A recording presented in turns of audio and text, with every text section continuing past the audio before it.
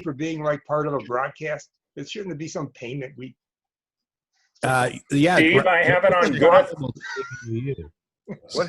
it on good authority that the next time you see Hans, he will give you a hearty hand clasp. Ah. I don't think that's the way you want to go. You know, he for as long as it takes.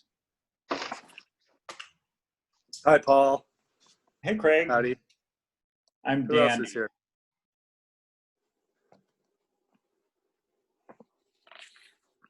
So when is the last time anybody's been in the ocean? Yesterday. Right on. It's been about a month for me.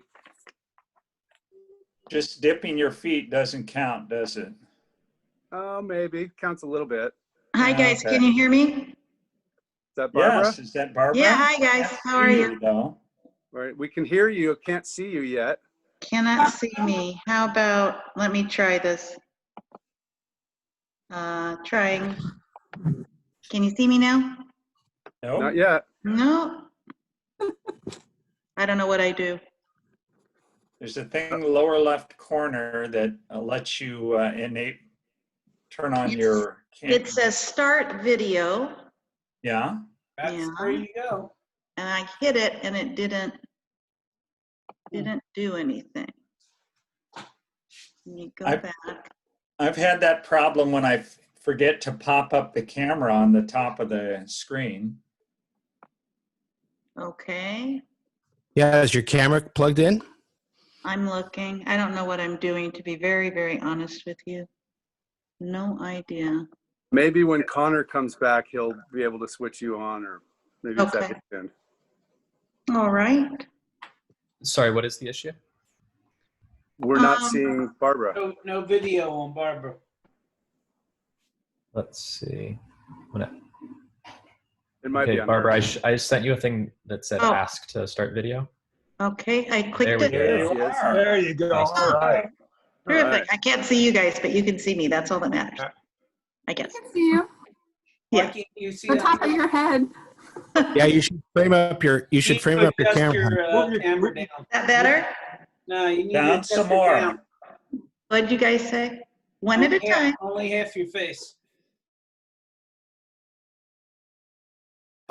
Down. Camera down. Oh, camera down. Camera down. There you go. Are. Yay. A little further. A little further. More so we can see your mouth move. Okay. There you go. Perfect. Right there. I Now can't zoom see any out. of you, but that's okay. As long as I hear you, that's all that matters. Can you zoom out a little bit? No, I don't have any camera going on. Connor, why can't she see us? That I'm unsure of. Maybe a benefit. That's right. I can What pay do you better What do you attention. see on your screen right now, Barbara? Zoom. And what is it? What does the window look like? It simply says Zoom. It's the Zoom home window. You may have two windows open right now. At the top of your screen, do you see? I another see thing? everybody. There Yay. you go. Okay. All right. We are cooking with gas now. Craig. How is everybody? Doing well? I'm doing well. Yeah, having a good time. Craig, We're also delighted we found something to do during COVID, which is to learn to operate Zoom. Exactly. so All Craig, this- in the yeah. questions the questions that you sent us, you said they may not be in the order that you sent them. Can you tell us what the order will be? I think for lack of any other preference that will go in the order that I sent them to you. Okay. Figuring that probably that's how you wrote them up, and that's just probably the easiest way to manage it. No point in being extra tricky. Yeah, learning Zoom, it's all this technology is just part of the training for when the robot overlords take over. That's right. Exactly. We're all going to need to know how to plug into the technology. So I have one more question for you. When Yeah. the last forum that we did a couple nights ago, they had a clock on one of the screens, which was phenomenal. The other two did not. Do you have a clock? Yeah. We're gonna. Connor's going to have some clock on screen, I believe. Connor, are you there? I am here. I'm going to show you a preview of it. So it's going to be a Yeah. clock that counts up, It counts and up. it'll switch to a minute after 60 seconds. So Craig, just give them the time in minutes and seconds. So a minute and 30 seconds. Or I think all our answers are no longer than a minute. Yeah. So, so. This is what the clock looks like, Oh, excellent. Ah, Yeah. cool. and you'll have Yeah. that right there. So we But got it goes to reference. 3-minute questions and 1-minute answers. This is going to be fun. yeah. My puppy sitter had to run out of town. So if I dash out the door, it's to put the puppy in the cage. But she's being good right now. Timing is everything on that. Yeah. Sorry about that. We were supposed to have a minder, but the minder had to go. So I left her up again. Let me see her. Is that an Australian Shepherd? Oh, she's adorable. border collie mix, a mutt, Border Collie. Okay. and she's a great puppy. But she's a puppy. Aww. Wow. Don't let her press the buttons. This is the puppy. She that destroyed my you wife's travel- favorite houseplant, and my wife is going to be just furious. This is the puppy Oh, that no. you travel far and wide to get, right, Hans? Well, it was my wife's fault for leaving for the day. She had to run out of town. She'll be back. She can clean it up. Hey, Craig, one more question. Yeah. The 1 minute answer, does that go for when we ask questions of each other?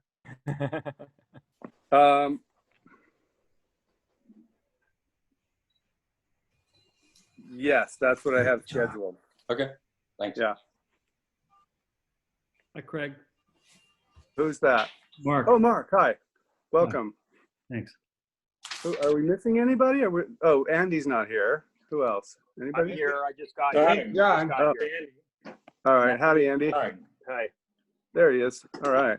I just Are gotta you turn just my calling video in, on. or Hold on. do you have some video too, or is it just phone? Yeah, I'm just going outside. Hold on 1 second. All right. Are we starting right now, or was it 3 o'clock? 3 o'clock.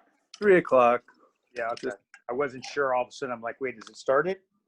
And I saw the note said 2:30, so I was like, oh shit, you guys started without me. No. We've been getting ready without you. That's easy.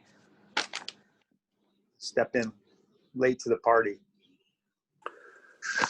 So since I was hoping that we would have some emphasis on the future, just as sort of a casual, fun warm up to that, whatever our visions might be, I'm just sort of curious what people think about self-driving cars and how soon we're going to see them on PCH. Never. It's a scary idea, right? But they're going ahead with it. So, I mean one of these days we're going to see them out here. Yeah, I mean, they're already in operation across the country. They're probably already here. Truck drivers are actually having a fit because there are trucks on the road right now that are driverless. So that's the robot overload you were talking about, Craig. Exactly. Some of the rental car companies have been experimenting with them as well. We can make a city ordinance that you must have a self-driving car to come to Malibu. That'll keep the traffic down temporarily. Temporarily. Or an electric car, a renewable car. Right. There's a rule for you. Sure. That's a progressive leading country. If California leads the nation, we should be leading California. Exactly. That's tomorrow's debate. Right. Right. I should mention for anybody who's tuning in now that there is a chat room function here that exists sort of in a parallel universe. And you can go in there and you can just sign in and say hi to people and let people know you're here if you'd like. Or you can send a message, and I'll repeat this again once we get going, but I don't want the chat room to be a distraction for us all, but it is there, sort of a parallel track if anybody needs to communicate. Oh, there's Doug. Hi, Doug.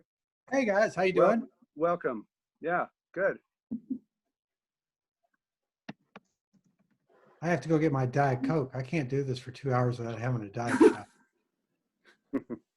I'm gonna get Go get it. See what I started?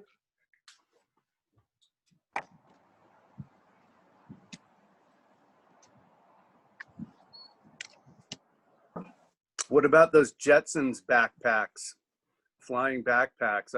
When we were kids, that was going to be the future, right? And then it didn't happen. But lately, it seems like I've seen a few, I don't know, YouTube videos or somewhere that there are people that have actual working versions of those things. Are we going to start seeing those flying over the highway? Like, I remember in the 70s, people were hang gliding off the top of Big Rock and coming down and landing on a really narrow little beach. I remember the guy hanging at the wires at Topanga, fried. Yeah, at Topanga. Right. I think there was one at over La Costa somewhere too, if I remember. Is that right? Do you know? Do you remember? I don't remember that one. I just remember the guy was hanging at Topanga for a while. He cooked. I think And most there have been two fatalities. over water at this point. There's two what? There have been two fatalities at Big Rock. At Point Magoo in the last 2 years from motorized hang gliders. Wow. One of them was my tenant. Really? Yeah. And I didn't know that it happened for a while until I didn't get his rent check. And I thought, after a while, maybe I should make a few calls to find out. And, his wife wouldn't answer the phone. So whether she was freaked out about it, which would be obviously, a natural response, or whatever, I could never get a hold of her. And I finally ended up calling his place of employment. And, and I had to really drill down. They didn't want to give me any information. Then I finally found out from them that he was one of the guys, right? There were two guys and they both crash landed in the ocean, and they both started to swim for shore. And he was the guy that didn't make it. Jeez. Yeah. Well, the guy who was running the private airport at Bluffs Park, I don't know if you all knew about that, but about 7 years ago, there was a guy who was renting out rides, and he set up a field, a takeoff zone in the MRCA land west of Michael Landon, and it was hidden by bushes. He was taking off there, and one day he crashed while on takeoff and started a fire. That's how I found out about it. And the MRCA was aghast. City was unhappy, but the MRCA was their land. They charged him with being bad on that. He's renting them out again up at Point Magoo. His name is Claude something or another. I caught him on the property that's at PCH and Malibu Canyon when Robert Gold was running it, and kicked him off of there before that. Yeah, he was the guy who was landing at Carbon Beach, but he's been landing lately up at, he was landing at Leo Carrillo for a while, but I think the state chased him away. Was the same guy that was at Bluffs Park, was he one of the ones that was killed at Magoo? No, I don't think so. Oh, okay. But it's a guy who rents them out. His name is Claude something or another. And if you Google him, he's been involved with several rentals that have ended poorly. I wonder how his liability insurance coverage is. Yeah, right. Yes, like non-existent, I'm sure. We have a question here coming in on the chat from Keon Schulman asking if anybody has a clue about any of the propositions on the ballot. Does anybody have any burning desire to talk about your views on the ballot initiatives? Well, let me get my sample ballot out here because yes, I do.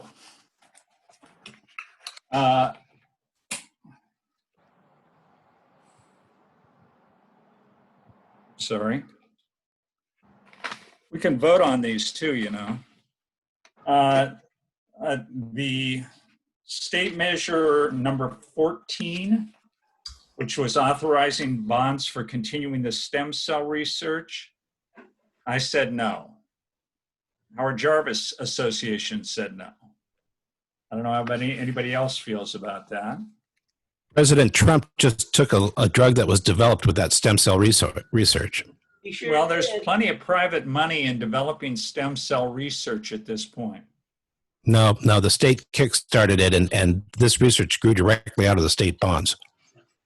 Perfect. Yeah, I voted yes. Okay. State Measure 15 wins the award for most deceptively titled state measure.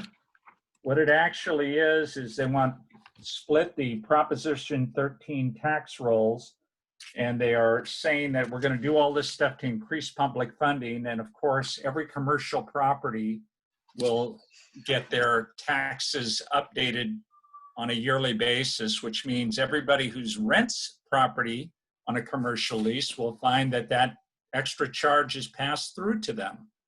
And I think that's a very anti-business thing to take in the current climate, so I'm voting no on that.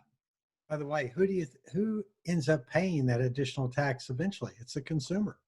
I mean, you go into Ralph's is going to have a higher tax cost in that property. They're going to pass it along to the consumer. That's right. Does it, Paul, does it include multifamily, the commercial designation, or no? I don't know the answer to that. The answer is no. Yeah.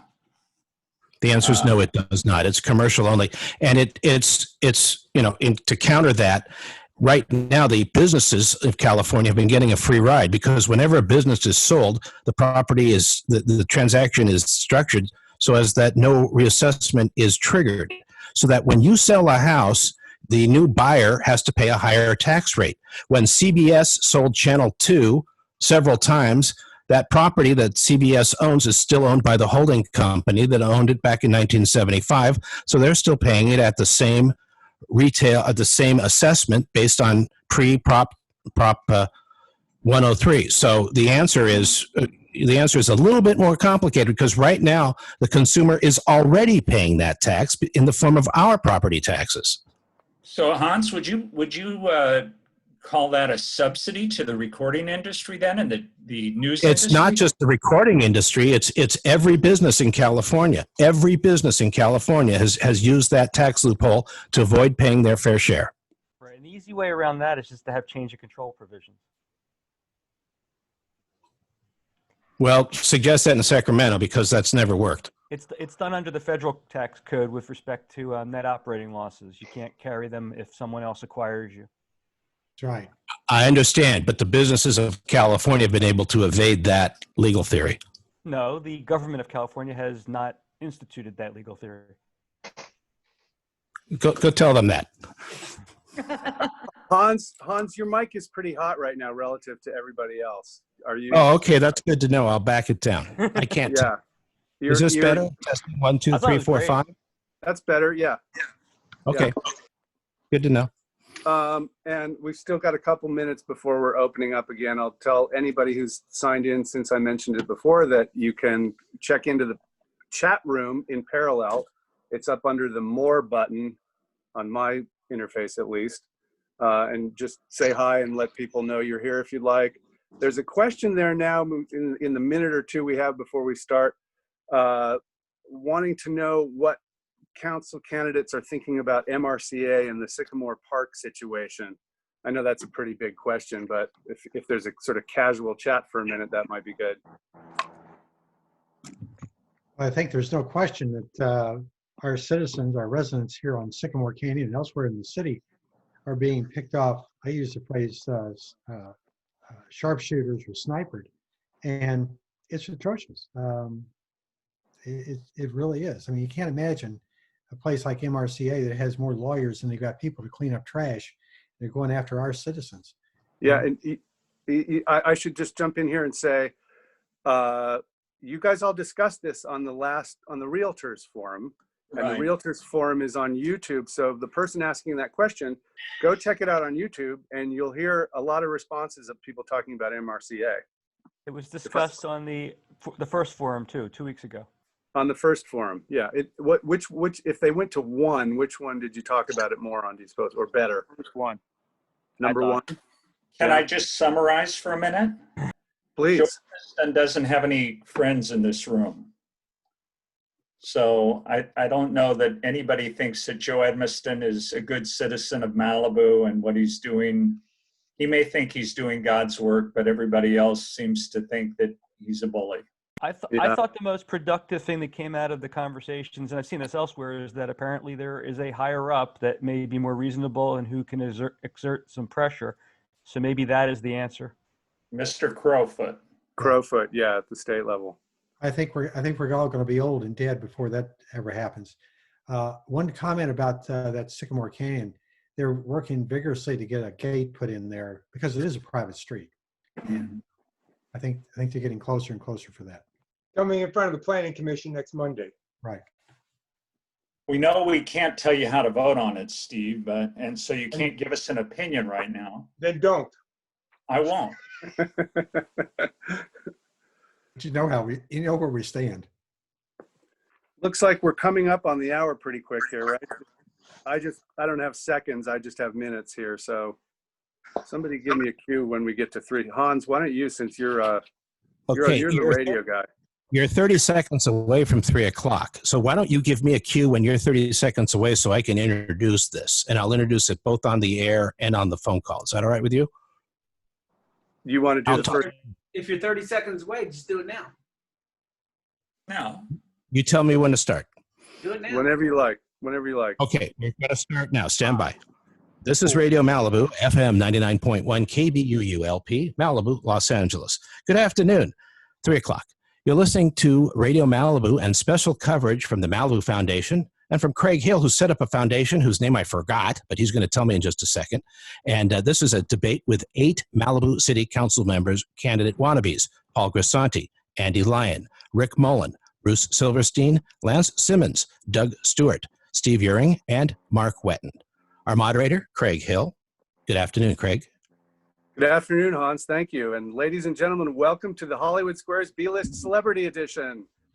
No, I'm kidding. On behalf of the Malibu Foundation, who's really sponsoring this, welcome to those of you watching via Zoom and listening via simulcast on KBOO Radio 99.1 FM. We're about to experience the lifeblood of democracy here. So as we go along, notice there's something refreshing and empowering about participating in our community in such a direct and positive way. I'll start by introducing myself so that if there are any stragglers joining the forum, they won't have missed much. I've lived in Malibu most of my life, with stints away for things like a law degree at the University of Washington, where I also studied coastal zone management. I've worked as an analyst, writer, editor for a variety of private and institutional clients. I was a planning commissioner, while my alter ego has had a music career, and I'm just now launching the Long Horizon Institute, Hans, which will be dedicated to studying long-term environmental, economic, and societal issues in the Malibu area to provide data and long-range perspective to inform the community and city planning. And the idea is to get college students to get course credit for doing research projects. And we're doing some of the academic dirty work that can help out the city. So special thanks to the Malibu Foundation for sponsoring this. In the few years of its existence, they've become an essential force for growing and maintaining community in a way that's both down to earth and down to business. After the Woolsey fire, they immediately organized emergency grants for various programs in Malibu and neighboring communities. In just the first year after the fire, they allocated over $2 million in grants to directly help with relief and recovery. More recently, they stepped in at the 11th hour to support the Malibu elementary schools with a $158,000 emergency grant. This funded not only the STEM programming, but also our community's teachers' aides. And so from COVID-19 testing to community wellness workshops, the Malibu Foundation has been stepping up and providing needed services and programs. And here again today, they're helping us pull the community together using Zoom to transcend the COVIDity as best we can.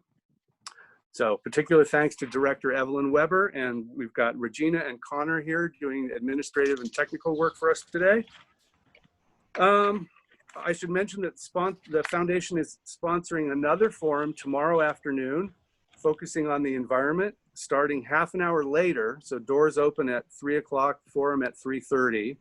You can register on their website at themalibufoundation.org under the events tab, themalibufoundation.org.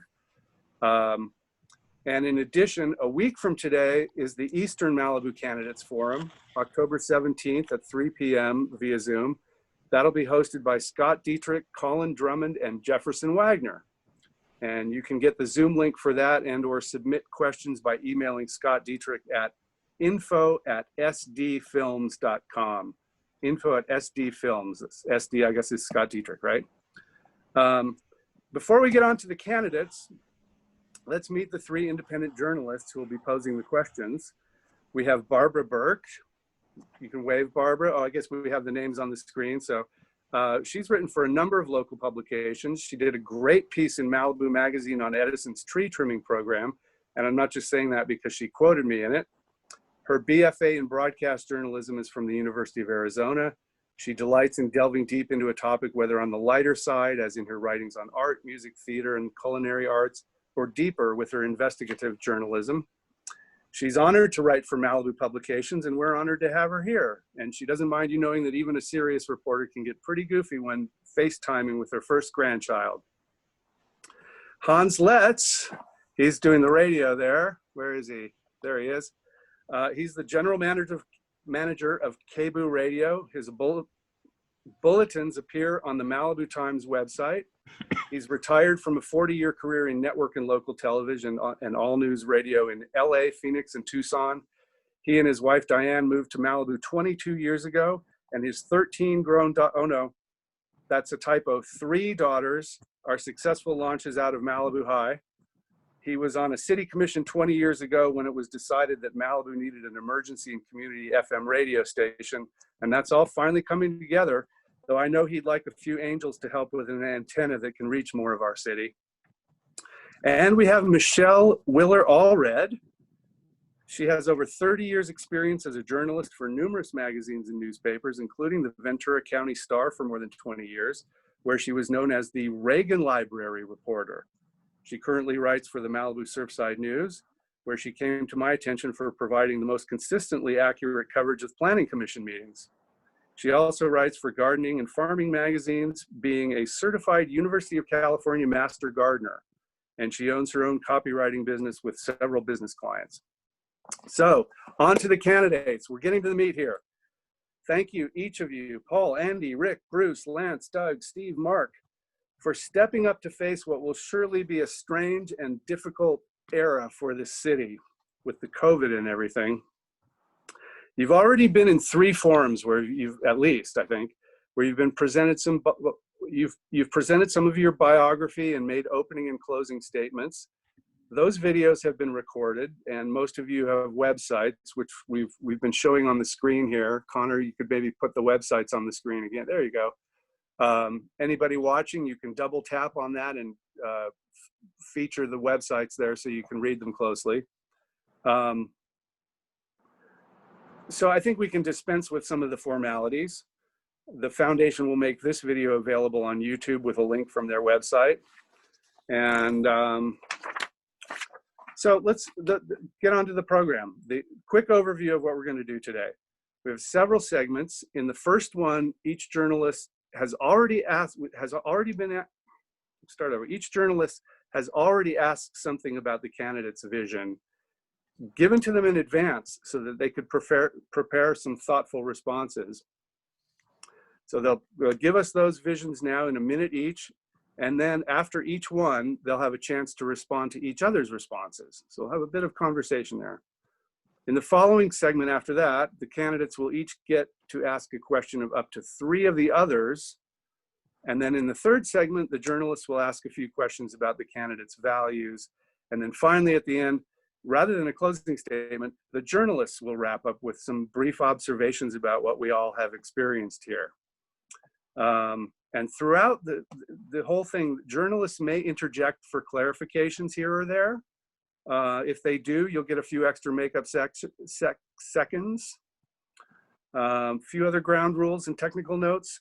I mentioned the chat room function. If anybody's just joined, you can go up in the chat room and be able to contact other viewers or staff if there's something urgent, like if there's a fly on somebody's head, for example, or if you just want to say hi.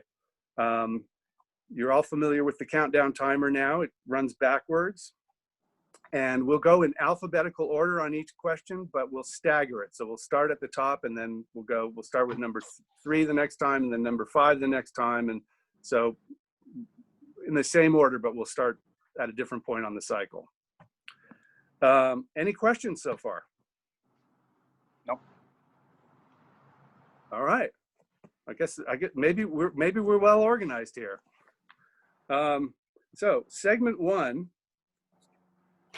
Who's number 1 on the alphabetical list? I'm not finding my alphabet now. Grisani. First or last name? Is it Andy? Who's the first one? No, it's Paul Grisani if we're going by last names. It's Grisanti, right? Okay, so he'll be first. In this segment, we've given you 3 vision questions in advance. So we'll have the journalist ask the first question, and then you'll have a 60-second response to that. And then once we've gone through all those responses, we'll go back through the cycle, and you'll have a 30-second reaction to whatever you've just heard. So for the journalists, let's go first with the same order that we gave you the paperwork. Who's that going to be? That's Hans, I believe, right? Okay, Yeah. Here's the question. Okay. With ADUs, auxiliary dwelling units, becoming the law of California, and the state legislature came very close to passing a law outlawing single-family residential zoning, like here in Malibu, how do you see Malibu adjusting to what may inevitably be increased density, not just here, but in surrounding areas? Does this mean an end to the Malibu way of life? What role can you personally envision playing that will have a positive effect that's discernible several decades from now? May I begin? Okay, the important thing that you all should know is that the Coastal Commission and the County of Los Angeles created the city of Malibu when they threatened to create a sewer for us. And as a result of that, we became a city so we could control our own future. The ADUs, in order to put in an ADU, you will need to have an adequate septic system to handle the increased fixture units to supply the water and take it away for the bathing for the extra person, the kitchen for the extra person, all of that stuff. And most of the older septic systems are not large enough. So how many people are going to want to pay somewhere between $80,000 and $150,000? Hey, Kirk, can you hear me? Craig, can you hear me? Craig can't hear anybody, but we can hear you, Paul. Okay. So Craig needs troubleshooting from the techies. Okay. Basically, we are going to be saved by our septic systems as far as ADUs go, and I think we should sue on the single-family zoning. Okay, so probably should go to the next one since Craig can't talk. So who's next? I guess that would be me. Andy, are we? Can you hear me? Is Craig back or no? Craig's got his hand up for something. Okay, well, as far as the ADUs in Malibu, I don't really think it's going to have a huge impact on the Malibu way of life. Not half as much as all the RVs, homelessness, rise in crime, unsafe, crowded highways that we're facing. I think outside of town, probably. How do we, like Paul just said about the septics over the hill, the denser usage going into Tapia, I think that would be something that the COG should have a say in, instead of allowing Tapia to increase their discharge and increase their usage of treatment over there. That would be one way to hopefully, if there are some ADUs, they could play into the low-income housing and sort of spread that throughout the city instead of clumping everything in the center of town, if that's a possibility. Okay, I think I'm next. Yes, you are. All right, that's a local control issue, and and Paul is right. That's why we became a city, to exert local control. And it's the same for every other city in the state of California, and that's the big issue when we go to League of California Cities conventions, is everyone's essentially banding together to resist the state imposing their will on us. A lot of these things that seem like they might happen actually don't come to pass because of the banding together of the many cities. But as far as that issue goes, I think Andy points out a good point, which is if it does wind up coming here, it could satisfy that low-income housing component. But there's also other things. There is one good thing about it is in the state's version, you cannot use them for short-term rentals, which is good. So it may help to be a two-edged sword that might have some benefit, but I think we want to do local control on it at all costs, and that's what we always advocate for, but may not be as bad as we think. Lance, you're next. I think Bruce is next in alphabetical, isn't he?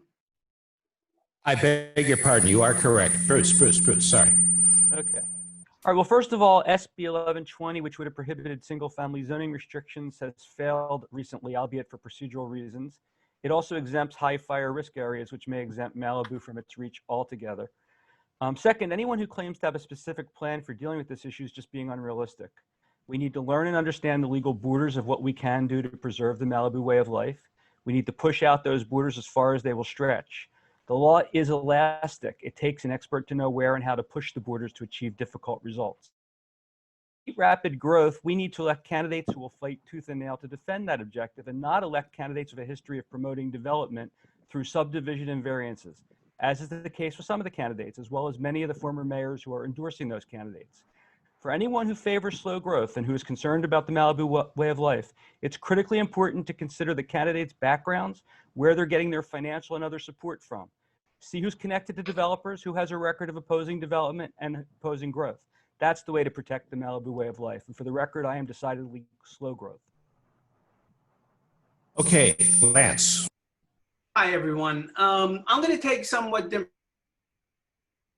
As I read the latter part of the question is saying, what role do you personally envision playing that will have a positive effect that will be discernible several decades from now about maintaining Malibu's way of life? Well, first of all, change is inevitable. You're not going to stop change, but what you can do and what you should do on a local level is make sure that you can maintain your core values as to what you as a citizen believe the Malibu way of life is, with leaders who can defend those core values, but also accept change. I'm offering the establishment of a community visioning commission, which allows citizens, it's driven by citizens, to identify what those goals are that you should have as a community to maintain a Malibu way of life, and then to assess at the end of every year whether you're meeting those goals. That's what that's how I would approach this situation. Okay, I can't hear Craig, but I think I'm next. So I'll start up. There you go, Craig. Yeah, you Am I can hear me next? now? Yeah, you're next. Okay. You know, I think you have to assume that the state legislature is just stepping all over local zoning rules throughout the state. It's not just the ADUs. They're putting a variety of issues on the table and saying we're in charge as opposed to local communities. It's a consistent battle that they're going to keep going on, and these duplexes and quadplexes are probably on the agenda, if not next year, sometime in the future. And until a court rules otherwise, we're probably going to have to deal with this as being somewhat inevitable. I will tell you that I've seen these quadplexes, duplexes in Coronado. They look nice. They're a single family property. They take the place of a home, but they're dense as they can be. And you'd rather not have them in Malibu. But one of the things we are going to have to address is our housing stock in the city is getting to be old. You got houses in subdivision areas from the 60s, 70s, and 80s even. In 10, 20, 30 years from now, they're going to get pretty long in the tooth. We're going to have to make some changes in the general plan and the zoning and potentially coastal to make sure that we can address these replacement homes. And they may come into have to deal with the duplexes and quadplexes if the states put those on us. Okay, set the clock there. All right, so now we're on to Steve Uring. Yeah, if it's increased density of development, I would vote to put it all in Hans's neighborhood. I'm not sure. Look, I think the main topics have been hit upon. I think Walt Keller with his group that brought septics in and avoided sewers provides a big hurdle for people trying to build additional density in the city. I think it was Rick who mentioned, or somebody, that the legislature had a component in there dealing with fire zones, and Malibu would fit into that. And I think the third thing is, we've got an LCP and a municipal code and a general plan that is very concerned with preserving the environment. And I think as long as we keep focused on that and keep enforcing those rules, that will provide us another buffer for people coming in and trying to do intense development. And I'd love to hear what Doug wants to do about changing the general plan, the municipal code, and anything else to allow more density inside the city. Thank you. Say that. Okay, and then finally, Mark Wetton. Oh, you're muted. Mark, you need to unmute yourself. There we go. There you go. Little detail. Yeah, I think that, a lot of great points were made already, but I'll say that I think ADUs can be an okay thing because of the restrictions that we have are going to not allow 4,000 of them, like some people have they sounded the alarm that, all of a sudden now we're going to have 4,000 ADUs in Malibu, obviously because of the septic systems and so forth. It's going to be, they're going to be fewer rather than more. And I do think it would provide some good low income housing that we're sorely in need of to create more diversity in our city, keep younger people around, have a place for older people to be. And I think that they should definitely be deed restricted so that they cannot become STRs. Okay.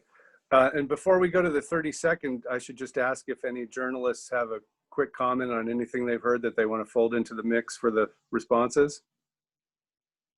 Barbara here. Can you hear me? Yeah.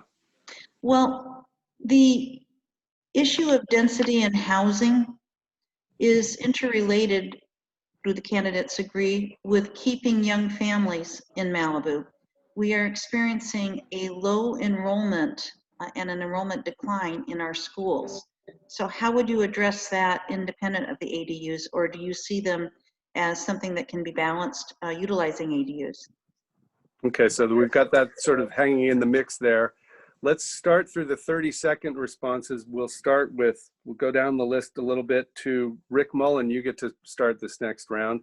And we're going to hear your responses to whatever you've just heard from the other candidates. Go ahead.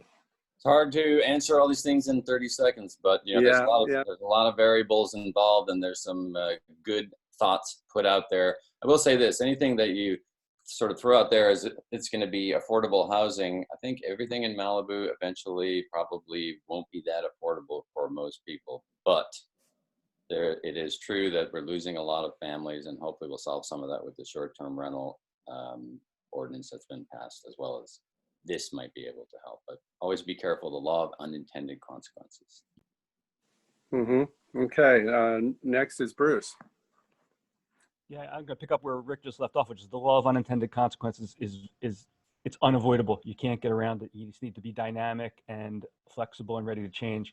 But again, I'm going to come back to what I said before, which is I think the key is we need elected officials who are committed and dedicated to keeping Malibu, to slowing the growth. I mean, we can't stop growth, but slowing the growth as best we can using every legal tool that's in the toolbox.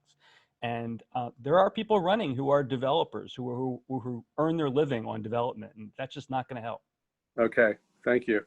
And next we have Lance. Yes, I think that it is critically important as we deal with any of these issues, particularly where you've got the state involved, which is always going to have preemptive authority over local governments. So that's just something that we're going to have to try to deal with as best we can. What we need to do is we need to have more civic engagement. We need to have the community involved, to helping to direct the leaders and giving them their support to do whatever it is we can while working within the confines of this federalist system of government that we have. All right, Doug. Yeah, I think my response, I want to take exception to what Steve said about wanting more density and more urbanization. There's really two factors here. One, we've got the state telling us that they're going to change the rules for us. And if the rules change, then we've got to be adaptable for what we have to do to defend it, to keep it the way we want it, which is the way it is now. I want a non-urban location, as rural as it can be. The mission statement is critical. Secondly, we've got housing. And by the way, I'm trying to look at the strategic length of this questions we had. Second thing we got to do, we got to figure out how we're going to replace a lot of these homes that are coming up on 50, 60, 70 years in age. We need to be able to adjust. Yeah. Okay. Yeah. I think we got the rest of that. And back to Steve. Steve, you're muted. unmute yourself. Still muted. I agree with Rick's earlier comment that, changing the rules for short-term rentals will open up some housing that will hopefully bring back some families and enable us to provide more enrollment for the schools.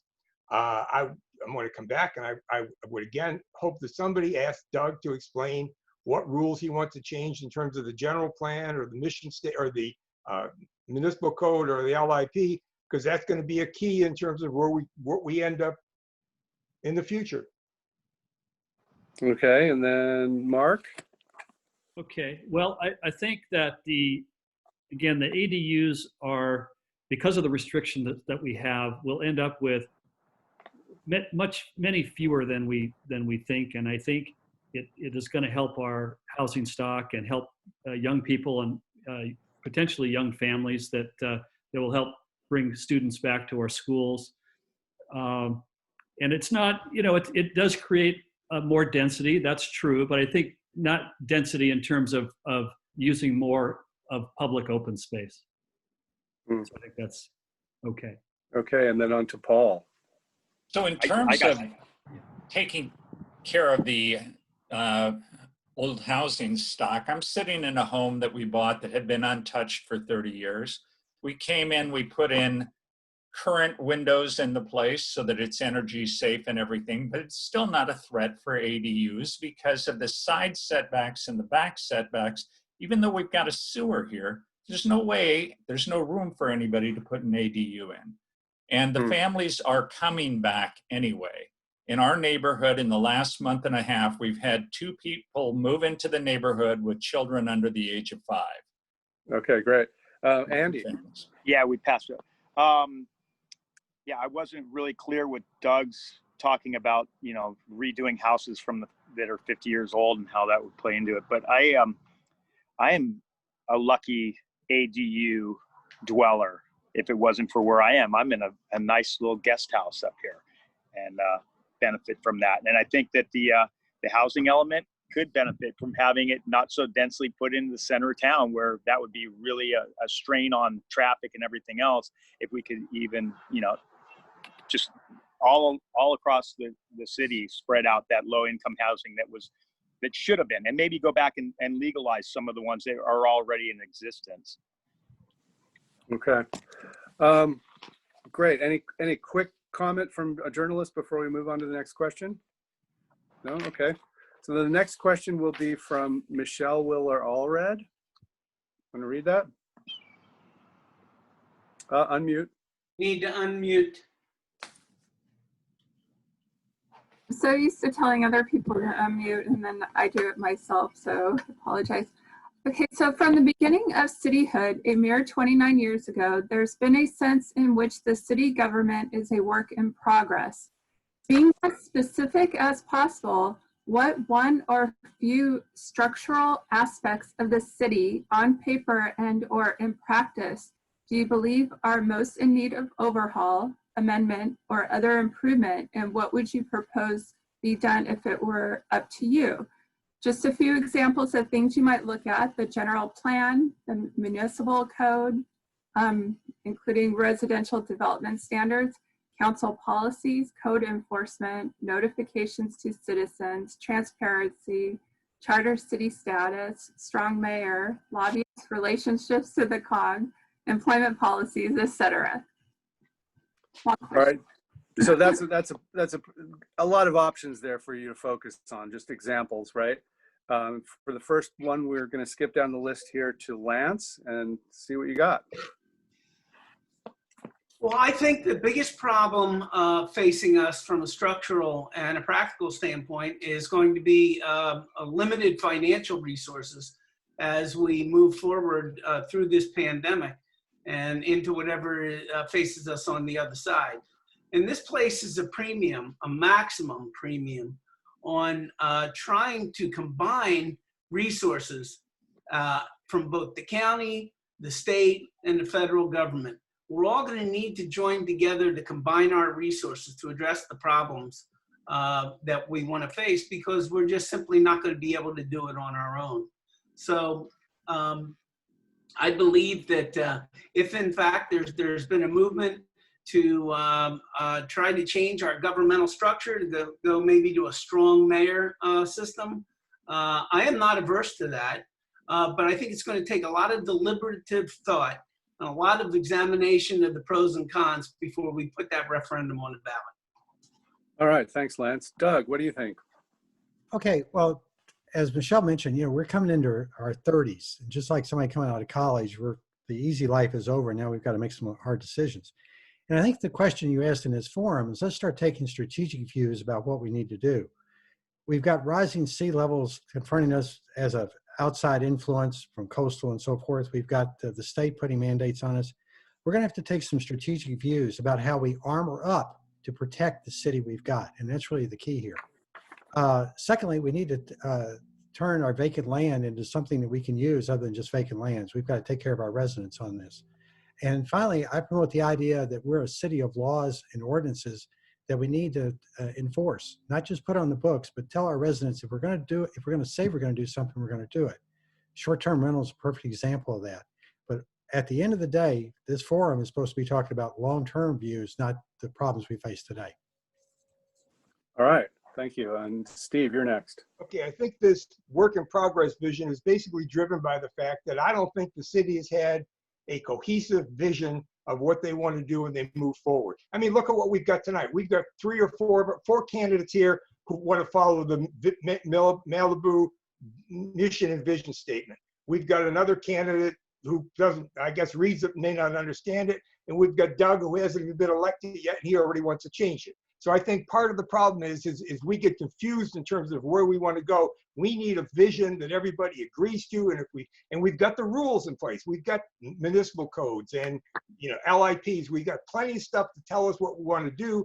The real question is, are we going to have the courage to go through and follow those things and make sure we stay consistent with the vision that the founders put together when they created this city? All right, thanks, Steve. And then Mark. Great, Steve, that's a perfect segue into my comments. I think the first thing we got to do is when we're swearing in the new council members, we need to change the swearing in to include the following language. I state your name, do solemnly swear to uphold and defend the city of Malibu's mission and vision statement. As stated in Malibu's Municipal Code section 1702-030. And maybe it's not a bad idea for all city employees to at least initial that they've read the city's mission and vision statement. And I think if our city leaders aren't willing to uphold the mission statement, I don't think they should be up there in charge of creating policy. So I think that's a good place to start. All right, thanks, Mark. Back up to the top with Paul. Thank you, Michelle. The city will always be a work in progress. And as such, it's because it's a living entity, and the situation is always going to change, and some flaw is always going to show up, or technology is going to create something that we're going to have to respond to. And it's important as we're responding to these challenges that we don't reject partial solutions because they're easy and we can do them right now and then be able to tackle the rest of it later. As far as the municipal code, I would love it if we could invest some money in coming up with basically a coloring book of what you can do, so that people don't try to color with outside the lines. They need an idea of what's actually approvable. And other thing, code enforcement's a huge hole. We need to have a code enforcement officer in evenings and on weekends available on call, because nobody likes getting the call, putting their complaint call in, and at the end of it hearing, well, the code enforcement officer will get in touch with you Monday or Tuesday. Yeah, right. All right, thanks. And on to Andy. Okay, I'm going to go with just the basic stuff of like city council that doesn't really seem to be working. One, we should have the strong mayor and go towards that. We're a big city. We don't have a lot of residents, but we have a lot of people here. I think that's important that we have one point person. As far as city council meetings, the agenda and meetings should not be going past 11:30 at night, well into 1 o'clock in the morning when what we're talking about is being voted on. Another thing that I had asked about when I ran in 2012 was to continue to, what I said then was to Skype in participation. And that's where we are now, but I would hope that that would continue on. As far as the commissions, we have a couple of guys here that are, public works and public safety. None of those are being recorded, and, those should be made public. We shouldn't be doing a move forward with Ariba's, performance review into the next council that can't deal with it. You're putting her, and she's constantly like two years into the next council, so they don't have any say about that. Also, something to do. All right, that's good, Andy. We're over already. Okay. And Rick, what would you do to fix or amend or improve the structure? Oh, you're muted. Sorry. Life is a work in progress, and a lot of these sort of work in progress issues came about because there was already a quote unquote town here before we became a town. We were only a little bit ago, 1991, that we became a town. We're not like Irvine, where we planned everything out and then built everything according to the plan.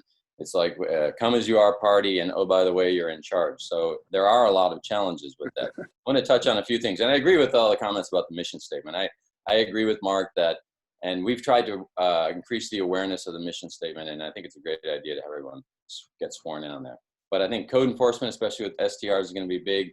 I think continuing the robust education on disaster and fire prep.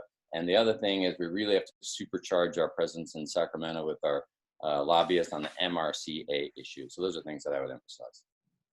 All right, that was succinct. And finally, Bruce.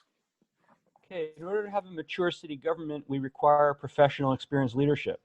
I've got 30 years of experience as a lawyer of corporate practice, in which I've routinely been involved in billion-dollar transactions. Served on a legislative committee responsible for drafting laws governing the internal affairs of the largest companies in the world. I've served on a 7-member management committee of a law firm that had an annual budget that exceeds that of Malibu. This is the type of credentials that we need to have a professional government. We need to explore also a strong mayor system where the city's leader is a resident who understands and cares about the issues that most impact the community. We should explore whether charter city status would provide us with greater leverage to tackle local issues that currently are under the thumb of state and county governments. So a lot more you can do as a charter city. I also believe the city council policies require a major overhaul, and I discuss a few of the concrete examples of what could be done in that regard on my website, brucesilverstein.org, under the heading of government reform. Okay, so we've now heard everybody's 1-minute opening salvo on the structure of the government and how it might want to be improved, changed, amended. You're each going to have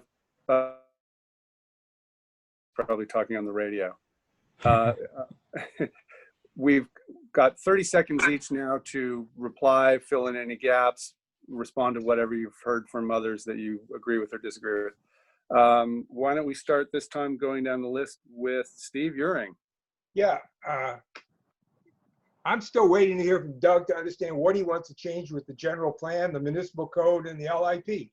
I mean, look, we've got one argument over here where everybody's saying, I want to follow the mission statement, I want to follow the general plan.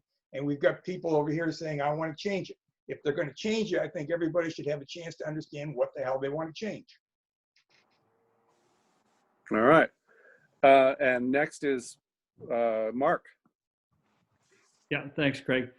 I'll piggyback on that and say that, we have a good municipal code and laws that were well thought out by our founding fathers. And I think if we stick to those municipal codes and we are very strict with ordinance or variances, we'll be okay. Let's stick to the script. And I think it's when we get outside the box too far with variances and pressure from outside developers that's where we go astray.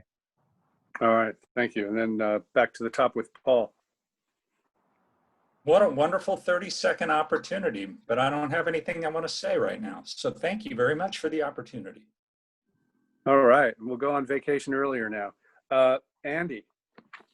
I guess one other thing I was going to say, just participation, because that's what got me into running for city council the first time, was the lack of the council listening to me. And so I was hoping that maybe we could look at having, when you ask a question of the council, you can hold back time as a public comment to then rebuttal to that, and you don't have to wait 2 weeks to come back to a city council meeting to rehash something that they ignored you on.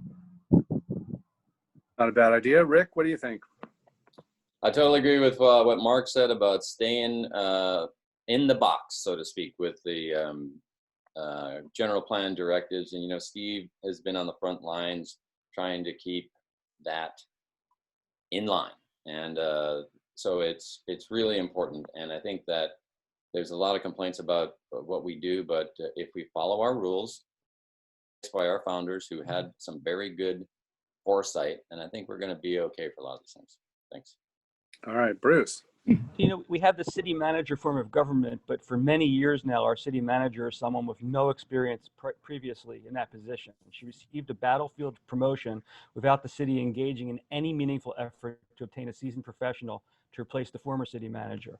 City attorney lacks the credentials of a top-rated lawyer. In fact, she was fired by the city at one point, only to be brought back by her friends. City council consists of ceremonial leaders for the most part in the city. It's time to grow up and have real leaders, not people who are just elected by their friends. Okay, and Lance. I just want to stress once again, I have worked in communities all across this nation, and getting the citizens involved as a way of setting the goals, and goals that are measurable, so you can do a report card at the end of every year to show city council and the city manager where they're either falling down or where they're making progress or where they're standing still. This can be done. It works in communities all across the country. We need to have this driven by the citizens in the community if we're going to entertain structural change. Okay, and then finally, Doug. Okay, now's my chance to talk about Steve. You know, I wasn't advocating changing anything. What I was saying is, look, we've got a mission statement. Nobody wants this thing supported more than I do. But we've got outside forces that, for instance, want to put denser housing into the city.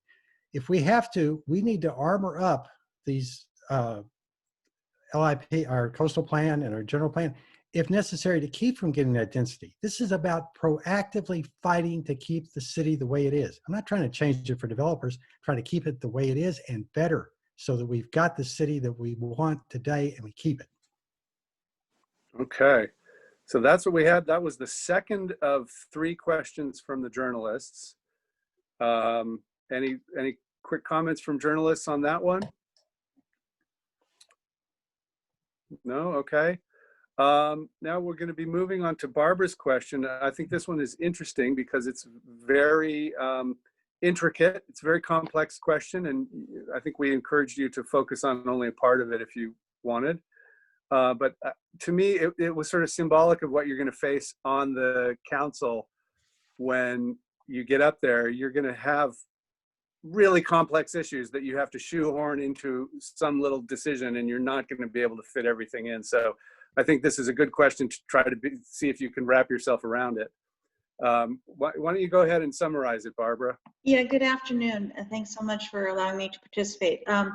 The seminal point of my 2-part question is that as a journalist, I constantly hear residents saying that the city is non-responsive to their utmost concerns.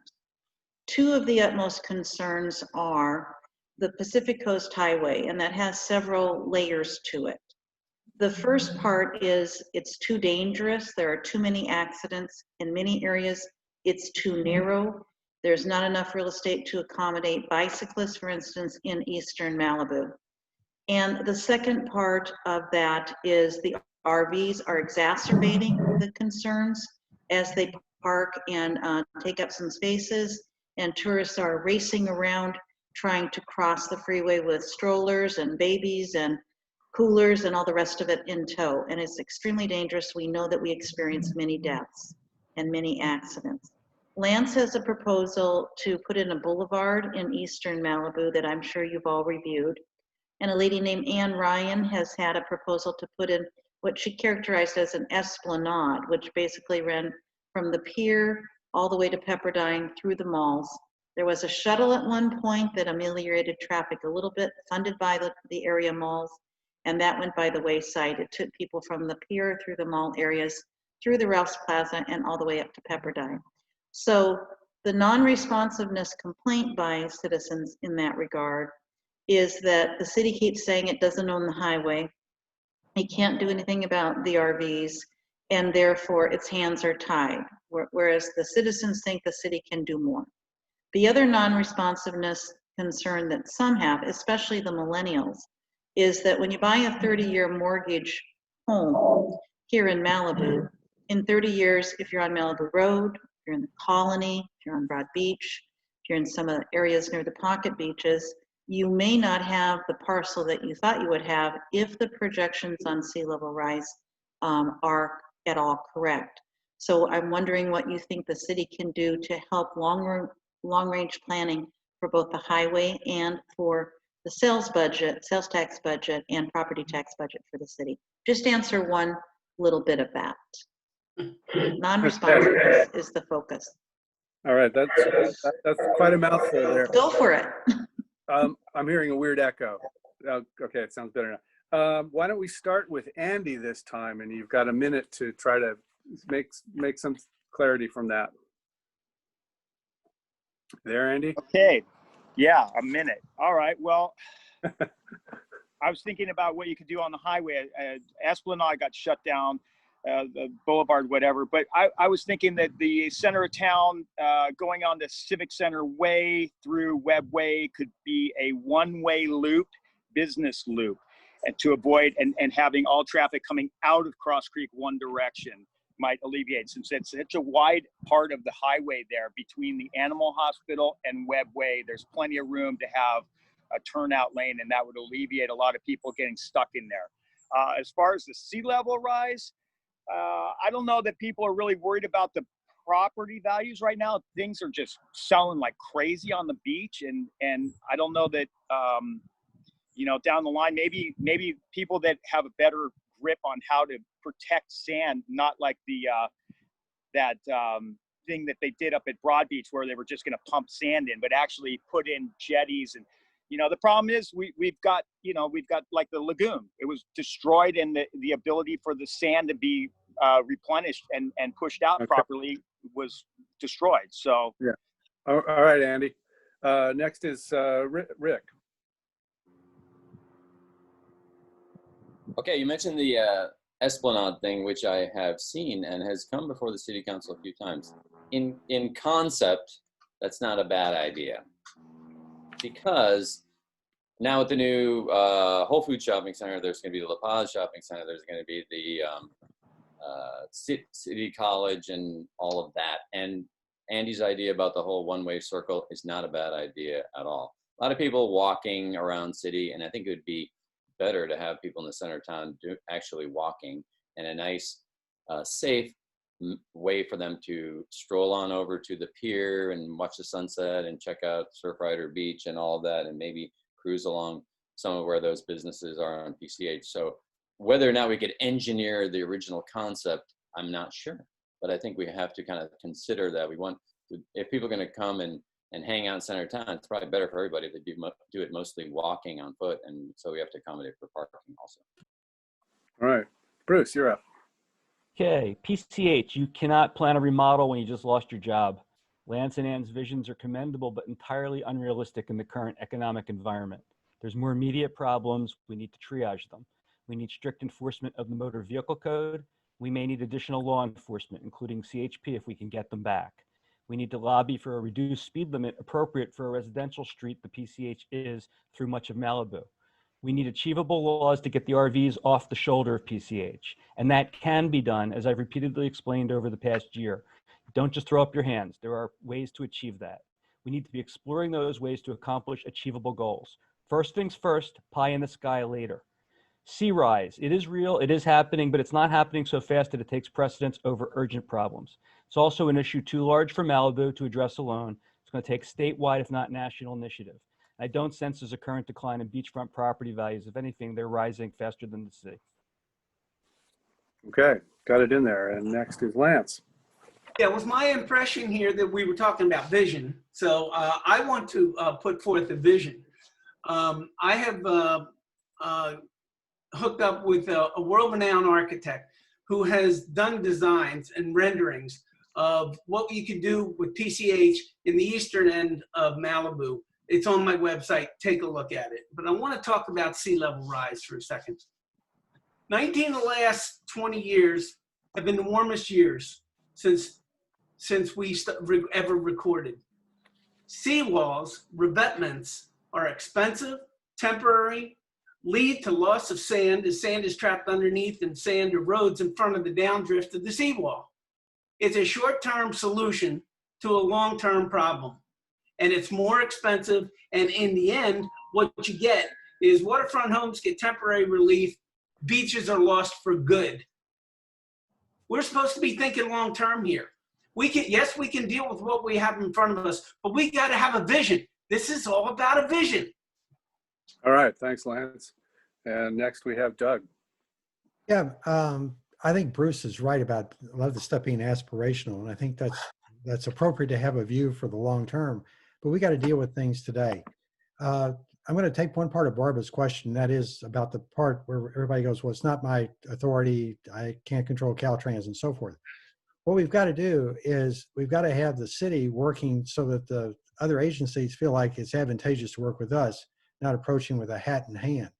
I'll give you a perfect example. This last Public Works Department project for Trancas, they got the right turn lane put in by Caltrans because it was advantageous to work with us. Won't go into detail, I don't have the time. But they made it so Caltrans needed to work with us, not just the other way around. The RV parking, same thing. We've got Caltrans not being an issue there. It's coastal. Coastal is adversarial with us on this, and we're trying to work through it. It's going to take the city and its electeds having good relationships and working with these people, but at the same time, having the willingness to take the big stick out and make it advantageous to work with us, either alone or with other cities up and down the coast. All right, thanks. And now, Steve. Yeah, I have taken a look at Ayn Rand's plan. I don't think we've got a prayer in heck of getting anybody to go back and redo PCH, at least not in my lifetime.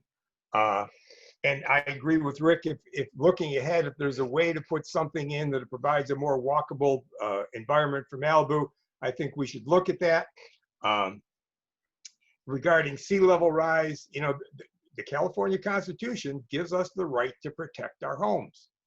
So I think down the road, I mean, there's a lot of money sitting on the coastline.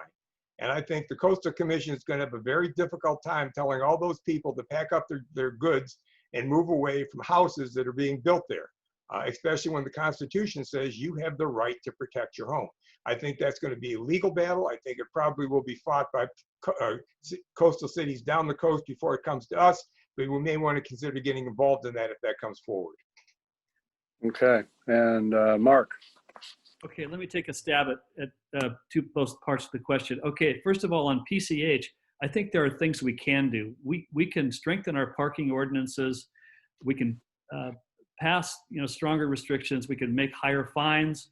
We can ask the sheriff to prioritize certain types of violations. I mean, these things are got to be done if we're going to take back PCH, which needs to be a priority. Also, when we talk about spending money, maybe instead of talking about meridians and walking paths, we talk about fixing things like the intersection at Los Forest, where we just lost another person on the highway there. So, I mean, I think we got to think about first things first. With regard to sea level rise, I mean, we're going to have to, there were a lot of good points made. We're going to have to address the root of the problem eventually. We should be leading as an example to the rest of the world. We're a world-class city. We need to step up and act like it and pass environmental and sustainability ordinances that the rest of the world can look to us to emulate. Oh boy. Oh boy. Okay. And finally, Paul. Hi. I'm going to jump right to sea level rise. I'm one of the founding directors of Smart Coast California, which currently represents 29 boards of realtors and 90,000 realtors up and down the coast of California on bodies of water that touch the ocean. We believe that sea level rise is real. Sea level rise is real. What isn't real is the Coastal Commission thinking that they can shove onto the municipalities the obligation for enforcing managed retreat. Managed retreat means that people's homes get condemned. And when people's homes get condemned, they're entitled to compensation. Malibu doesn't want to be in the compensation business. Coastal wants it done. Coastal should do it themselves. And as far as Pacific Coast Highway goes, Pacific Coast Highway needs more enforcement, more enforcement, more enforcement. And I saw 2 highway patrolmen yesterday. Oh, okay, great. Okay, that's everybody on the first round of the 1 minute each. Now we're each going to, I should ask if the journalists have any quick comment, if you want to focus anything or ask for redirect in some way. Well, I guess I would ask, there was mention of sheriffs. Do the candidates see urging that we have our own sheriff substation and spend more because we contract for sheriff services with regard to the enforcement that they're mentioning? Okay, well, if you can work that into your reply, great. If not, reply just whatever you think is most important. And we're starting here with Bruce this time. Well, I'll take on that issue because I addressed this on my website and I've talked about it at other forums. We need to review our contract with the sheriff, make sure we're actually getting what we're paying for. And in fact, I have an idea for someone for the Public Safety Commission that works with those contracts. But if we are getting what we're paying for, we obviously do need more and we do need to pay more. And I think a sheriff substation here would be great. And again, vision is great, but right now we have problems right here, right now, right in front of us, and we can't be worrying about what we're going to do 20, 30 years from now when we need to fix what's here right now. Okay, you hear that, Lance? Actually, yeah, I couldn't disagree more. You're just absolutely wrong. We can walk and chew gum at the same time. We can accomplish what needs to be accomplished today, but we need to be prepared for the future. Our responsibility is to our progeny. Our responsibility is to the ones who are going to come after us. And we've got to lead them someplace which is at least in as good a position as we found it, if not better. So for all of you who say, oh, vision, oh, it's great to have vision, but it's a luxury. No, it's a necessity, and you're wrong. What do you think, Doug? Okay, well, I'm going to answer Barbara's question about the sheriff substation. Yeah, we've got one being built. I think it's 5,000 square feet in the Civic Center. It's going to cost us some more money to staff it up. But here's what we get out of it. Those cars don't have to traipse all the way back to Lost Hills every night. We've got potentially at least a lieutenant that's going to run it and maybe a captain. So yeah, it's going to cost us some more money. We're going to have to come up with those bucks if that's what we want. And we also can have better deployment of the people that we have from the Sheriff's Department. Not everybody has to be a patrol officer. You can have motorcycle officers and you can have civilian service officers do traffic enforcement. So better mix, better location, but it's going to cost us some money, but we'll get better service. All right, Steve, what do you want to grab onto here? Well, I think the enforcement of PCH is really the key. And I don't know whether, I mean, the Malibu local station will be a big asset to that. I think we're going to have to spend more money. I think we got to go back to LAFCO and figure out they're supposed to be putting highway patrol. We're paying for them to put highway patrol on PCH. That's not happening. Can we go back and renegotiate some money back? But in terms of a individual having our own sheriff's force in Malibu, I just have not priced that out. Everything I've heard up to this point in time says it's economically not feasible. I think it may be something to take a look at, but I can't tell you whether it's a good idea or a bad idea at this point. Okay, Mark? Okay, I'm going to go back and finish my point with regard to sea level rise and addressing the root cause of it. And dovetailing into that is what we do with our existing vacant land that the city owns. And we're coming up against bond payments and so forth that's going to get expensive. So I had the thought of potentially leasing some of that land for a sustainable farming project. You know, maybe a potential composting project. I know that there's one being bandied about, but that's something that would go hand in hand. And if you haven't seen the film Kiss the Ground, I recommend highly that you look at it on Netflix. Okay, Paul. Great film. I've seen it. I love it. I think you should all see that film. And thank you for the lead-in, Mark. But as far as the sheriffs go, the big advantage of having a substation here is we will no longer be paying each deputy an hour to commute from the station over there to here to start work and paying them for another hour to go home. The other thing I would like to see changed with our sheriff's contract is I'd like to see GPS locations for the officers. I'd like to be refunded for the times they have to go outside the city limits to serve somebody who needs help. They should get help, but we ought to get reimbursed for that time. Okay, Andy. Definitely a substation. We should also be able to say where the sheriffs are patrolling, not just at the bottom of the hill at Ralph's on a motorcycle picking up people there. The highway, Lance, good luck with that. Try and convince everybody to get into traffic so you can get a boulevard down in eastern town. It's not going to happen. The Esplanade was going to be built into the ocean, and that's why it got shut down.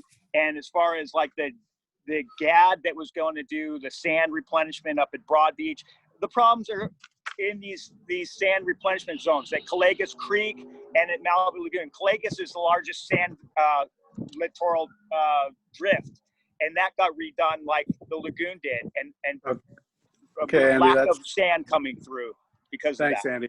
Thanks. And finally, Rick.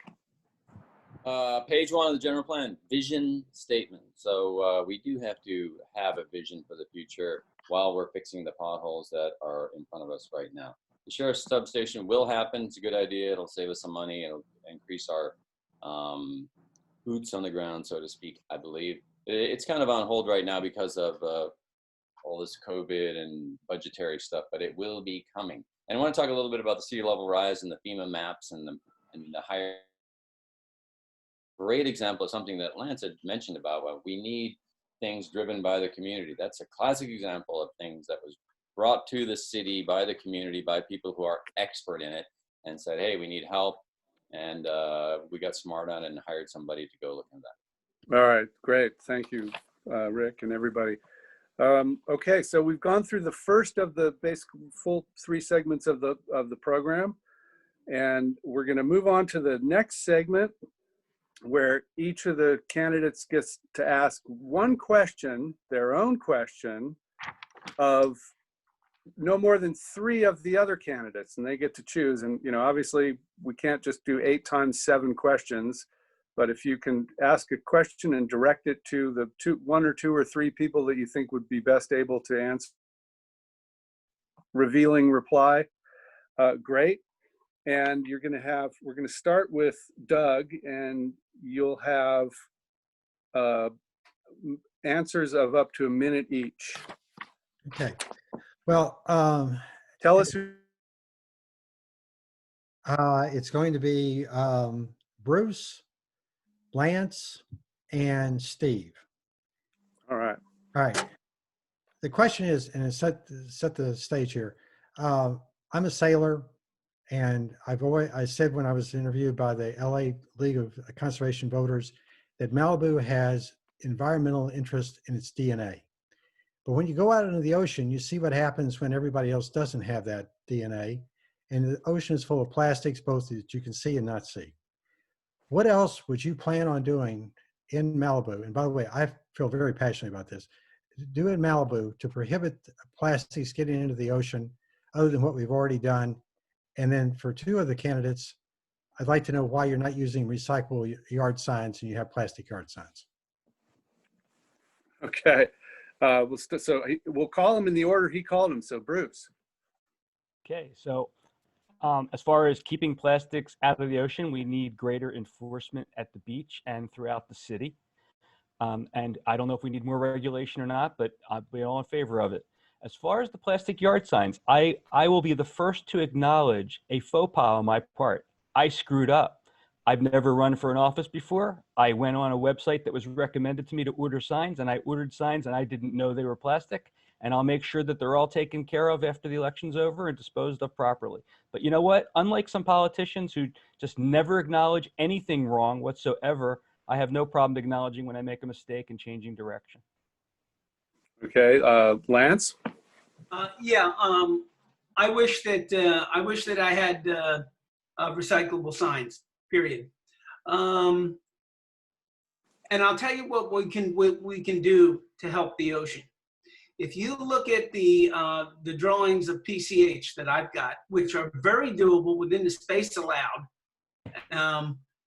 we've got a median that will have permeable soil and landscaping that will help reduce the amount of tire rubber that comes off of the wheels, which run down PCH at all times of the day and all times of the night. That's one way of keeping that plastic from getting, because the medians act as a filter to capture both the oil, which comes from the automobiles, and the tire wear. So, so that's one thing that we can do, and have bicycle lanes, and slow the speed limit, and increase the traffic flow, and reduce the severity of accidents. Okay, all right, thanks, Lance. And Steve, you're on. Oh, you're muted.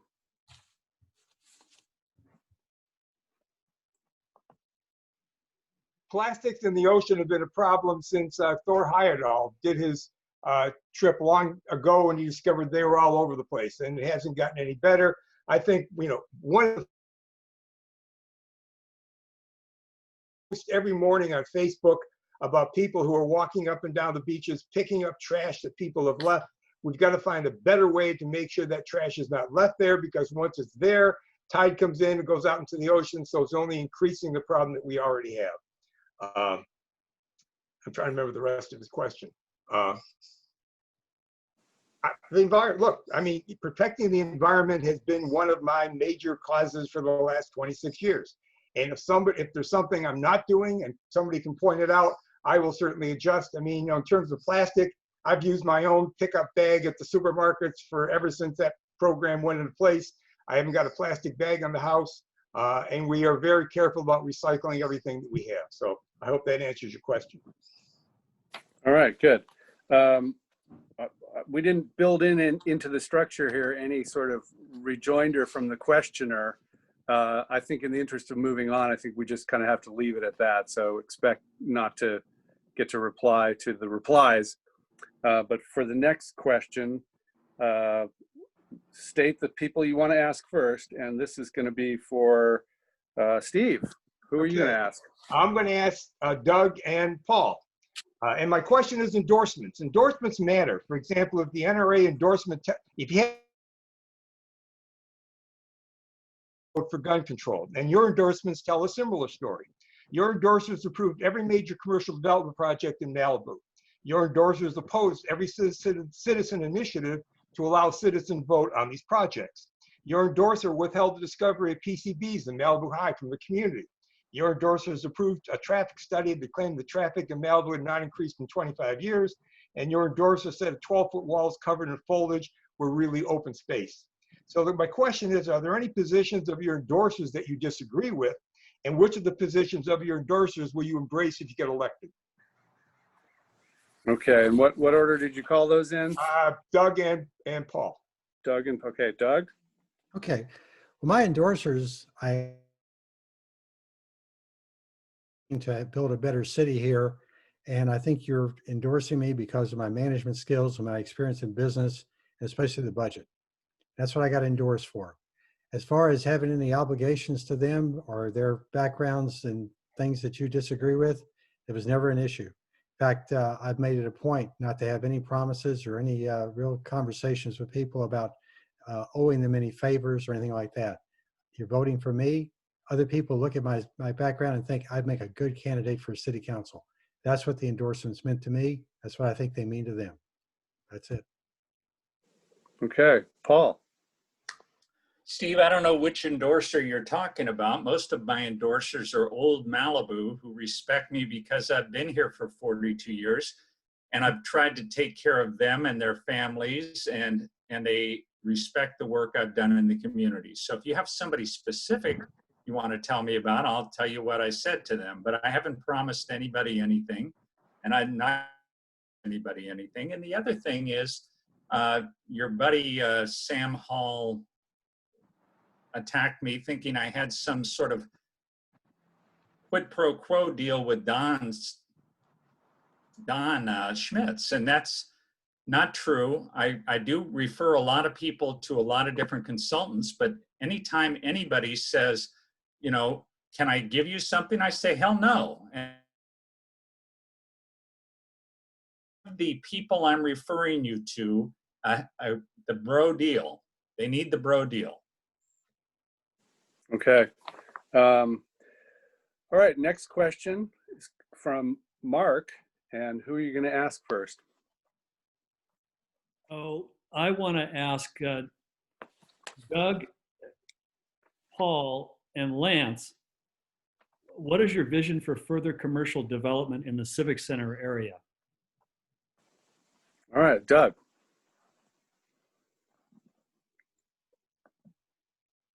Doug, you there? You unmute? Oh, there we are. Couldn't get my mouse to work fast enough. Yeah, I guess I'm popular. As far as Civic Center development goes, it's way overdone already. I think we couldn't do anything about La Paz. I know the Planning Commission tried not to have that go through, and it was already a done deal. I'm sorry it's there. I really am. We've got vacant space today, and we either need to repurpose that or get people to be energized to operate in it. But, you know, we want to be a town of 12,000 people or so. We don't need more commercial space. And this is especially true if you look at traditional numbers. For instance, grocery stores are supposed to have 5,000 people to support a grocery store. We got 3 or 4 serving our town already. We don't need more commercial development. It really doesn't need to be here. It doesn't make any economic sense. We just need to make sure they're full and operating to the best they can be, the ones we already have. All right, Paul, what do you want to see in that area? For years, commercial development in the Civic Center area was controlled by the fact that the water level was 8 to 12 feet below the surface, which meant that septic systems didn't work. And unfortunately for us, Surfrider Foundation and Heal the Bay decided that we were polluting the lagoon and decided we needed a sewer system, which removed the major barrier to that. And there are some people who are totally anti-growth who supported that litigation that forced us to do that. And the law of unintended consequences is that when that happened, the commercial land became more valuable. The city of Malibu bought 2 of those parcels recently, which will stop them from being developed. What's going to be done on the rest of them is going to be negotiated with the community at a future time when somebody comes up with a proposal. I don't think we have the money to buy the other ones right now. I'll say that. And it's going to be a while before we are in a position to have paid off the ones that got bought 3 years ago. So. Okay. And Lance, what's your take on that? Mark, I am not a fan of commercial development in the civic arena of this in the civic center. In fact, I spent many hours several years ago. I'm sure Steve will remember this, sitting outside of Ralph's in opposition to Whole Foods, and I maintain to this day that that was the right position then. And I think we need to really curb any actions that would lead towards greater traffic congestion and greater density in the Civic Center area. Okay. Before we get to the next one, let me just interject that I see a raised hand. And if that person who's raised their hand would like to put a comment in the chat section, I'll take a look at that and see what you have to say. All right. So then the next question is coming from Paul. I've been talking to Sam Hall Kaplan online, and I've been Tell us, trying to. Paul, tell us who you want to ask this of first. This is for Steve Uring, Andy Lyon, and Bruce Lee Silverstein. Okay. Stein. Sam Hall Kaplan has identified you three as the ones he wants to support, but he's not willing to discuss his criteria for selecting you. Although he is very interested in firing Riva. So take it away. Steve? What's the question? The question is, why is Sam endorsing you? You got to ask Sam. I don't talk to Sam. In the course of, since I've started running, I've not had a single conversation with Sam. Sam probably has some very good ideas of who should be running the city and what we can do if we can get there. But those are all Sam's conclusions based upon what he knows about my background, what he knows about my positions, what he considers to be the difference between you and me. And that's probably why he's looking at me. Okay. Andy, why does Sam like you? I don't know. I don't know if anybody likes me. No, they do. No, you know what? I'm independent. I'm not taking money from anybody. I'm outspoken against, status quo. Maybe he likes that. I haven't come out. This isn't whether he calls it a slate. I'm not calling it a slate. I'm not running a slate. I'm an independent. Like I said, I've got my recycled signs. I'm doing this on my own. Maybe that's why he likes it. I guess we both are realtors. Maybe he likes my vision of what I think Malibu should be as opposed to yours. I have no idea. You'd have to ask Sam. But, I know a lot of people are supporting me, and that's, I guess because they like the way I don't know. I guess they like the way I stand up to the city hall. Okay, Bruce, what do you have to say on that? Oh, Paul, thank you so much for that question. It's a great question. I met Sam about 2 years ago, or a little less than 2 years ago, at a city council meeting after we both spoke on a subject which involved conflicts of interest by city council members. And he was impressed with what I had to say, and I was impressed with what he had to say. In the last 18 months, I've gotten to know Sam. Sam's gotten to know me. We're both people of high integrity and who have a common vision for Malibu, which is to keep it the way it ought to be. Sam has been one of the many people in Malibu who's urged me to run for city council, along with, among others, Jefferson Wagner.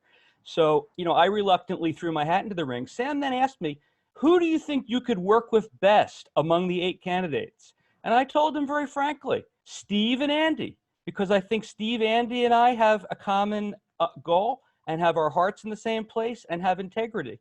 I'm not saying the other candidates don't, but that's what I told him. And I plan to vote for Steve and Andy in addition to myself. So that's why he's supporting us. All right.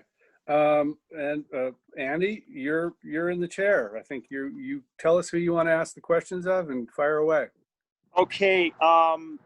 I'm going to ask to Doug, Paul, and Mark, and this sort of goes along the same lines as where Steve was at. It was endorsements, and I'll name them. I mean, we've got Ken Borowski, Ken Kearsley, Joan House, John Seibert, Andy Stern, Lou Lamont, Laura Rosenthal, and current Karen Farrer, Mikey Pearson. These past mayors that were pro-development. We had John Seibert helped get the Bay Company. He went to Coastal Commission not to help fight the sewer, but actually went there with David Resnick and Jim Thorson, and was actually speaking on behalf of, and thankful that we got it through. We've had, this whole group was always on the side of against the residents for development and retail ordinance.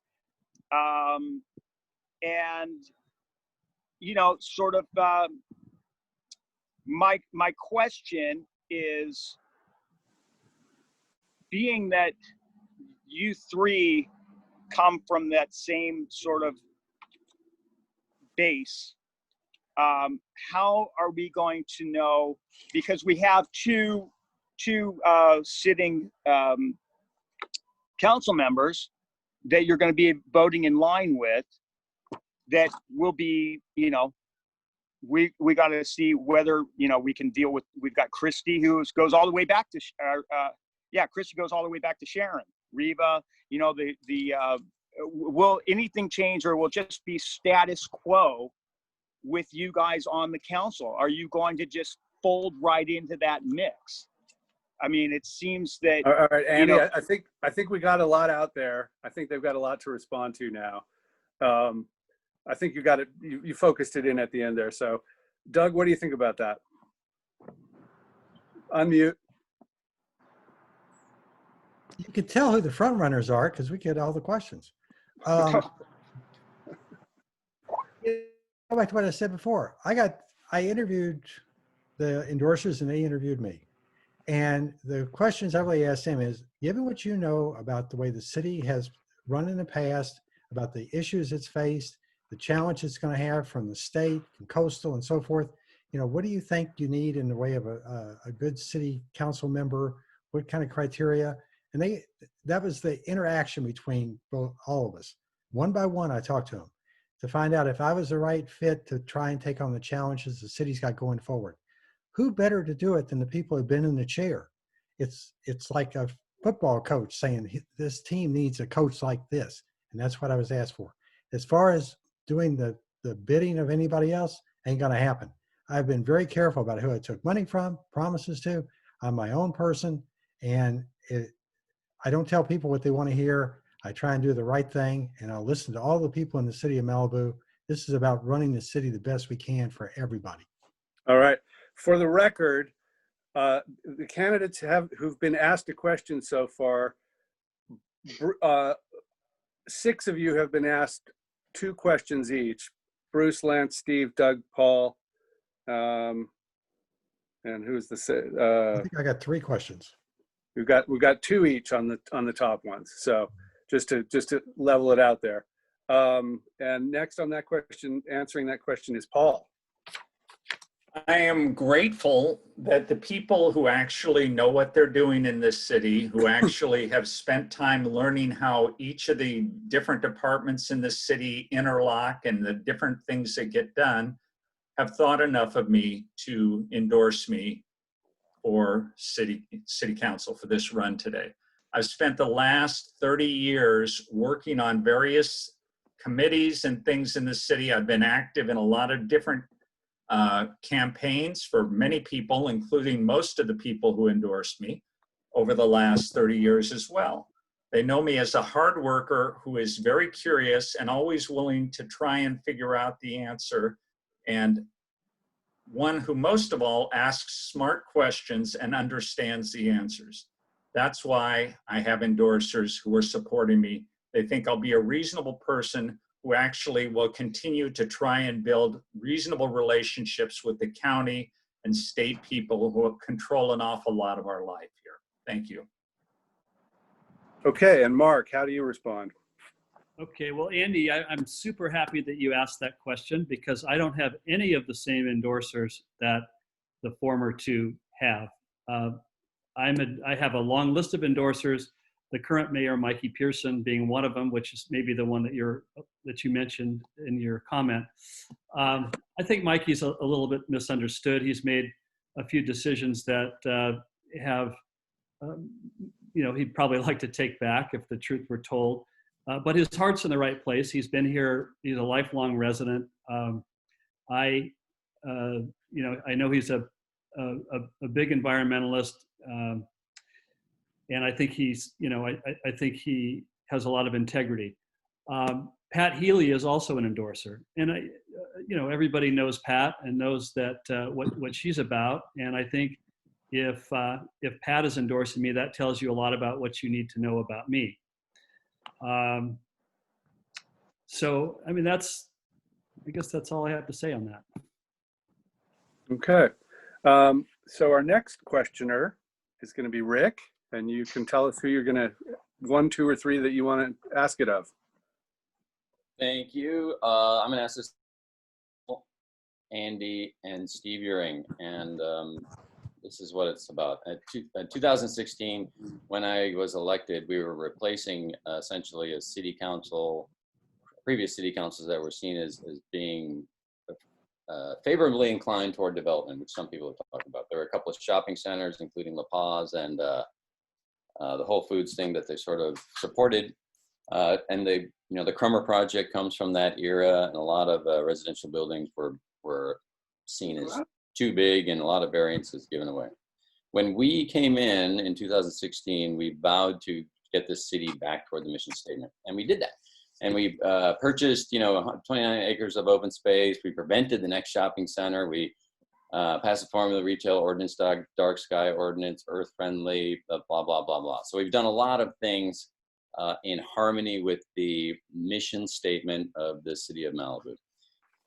The rubber meets the road in the Planning Commission a lot of times, and there's immense pressure from the real estate developers and interests, and then sometimes seen as in conflict with the mission statement. I'm asking Andy and Paul because they're not only in the real estate profession, but they're also longtime residents who I think do cherish the quality of life we have in Malibu. And I'm asking Steve because he's sort of been on the front lines of looking out for that in the very difficult position of being a planning commissioner. So my general question to you gentlemen, I know you don't have much time to answer it, is how do you intend to balance for Paul and Andy, your professional sort of obligations and the mission statement, and for Steve, how do you see the real estate professionals working in harmony with the city of Malibu to support the mission statement? Okay, And, Paul. Paul, you can go first. As a real estate broker, a residential real estate broker, I haven't sold any commercial land in this city ever. A residential real estate broker, I try to tell people when they're contemplating buying a property or remodeling a property, what the boundaries are for them, and let them know that if they try to color outside the lines, they're going to have to ask for a variance, and it's going to be long and miserable, and they really ought to avoid it. On my own house, which we remodeled back in 2016, we avoided having any variances so that we wouldn't have any problem. We didn't add a single square footage, a single foot, and it still took 6 months to get a permit. That is the kind of thing that I advise my clients to do. What irritates me is when I see people who are good people trying to do the right thing, they're in front of the Planning Commission, and the Planning Commission basically treats them in a capricious manner and spends tons of time. It's much simpler to just tell them no. Okay, you run past. Andy, your response? Can you just sort of go off that question again? Because I wasn't really, just the final bit of the question was. Yeah, how do you, as a real estate professional and as a lifelong resident of Malibu who obviously cherishes what's good about Malibu, how do you intend to balance the monetary pressures from your profession, not you, but your profession, and supporting the mission statement? Okay.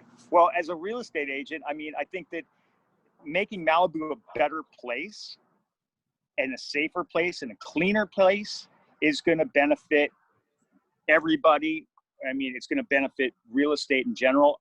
I'm not one to be like, oh,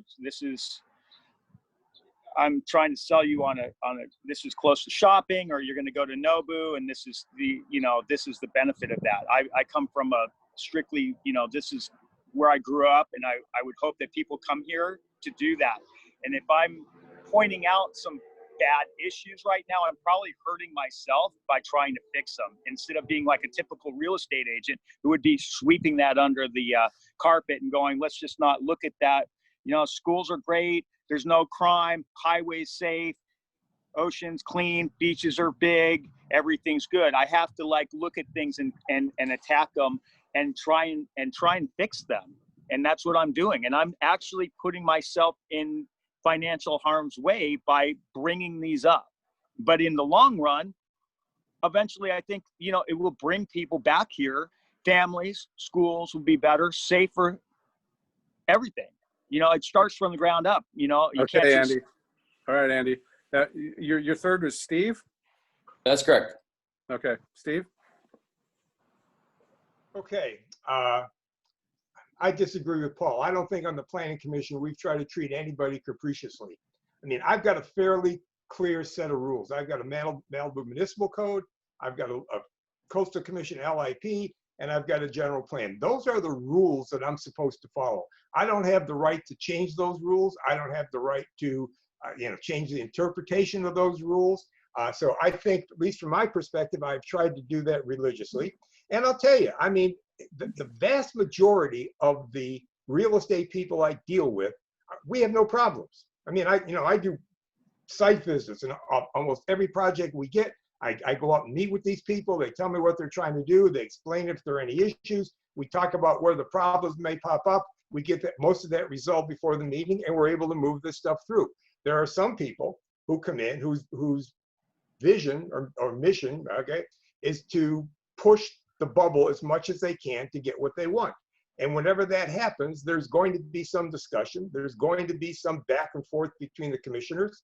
And I think that's okay. But for the most part, I don't have a problem working with real estate people. As long as everybody's following the rules, I'm on that train. All right, Steve, thank you. Thank you, Jen, for those thoughtful answers.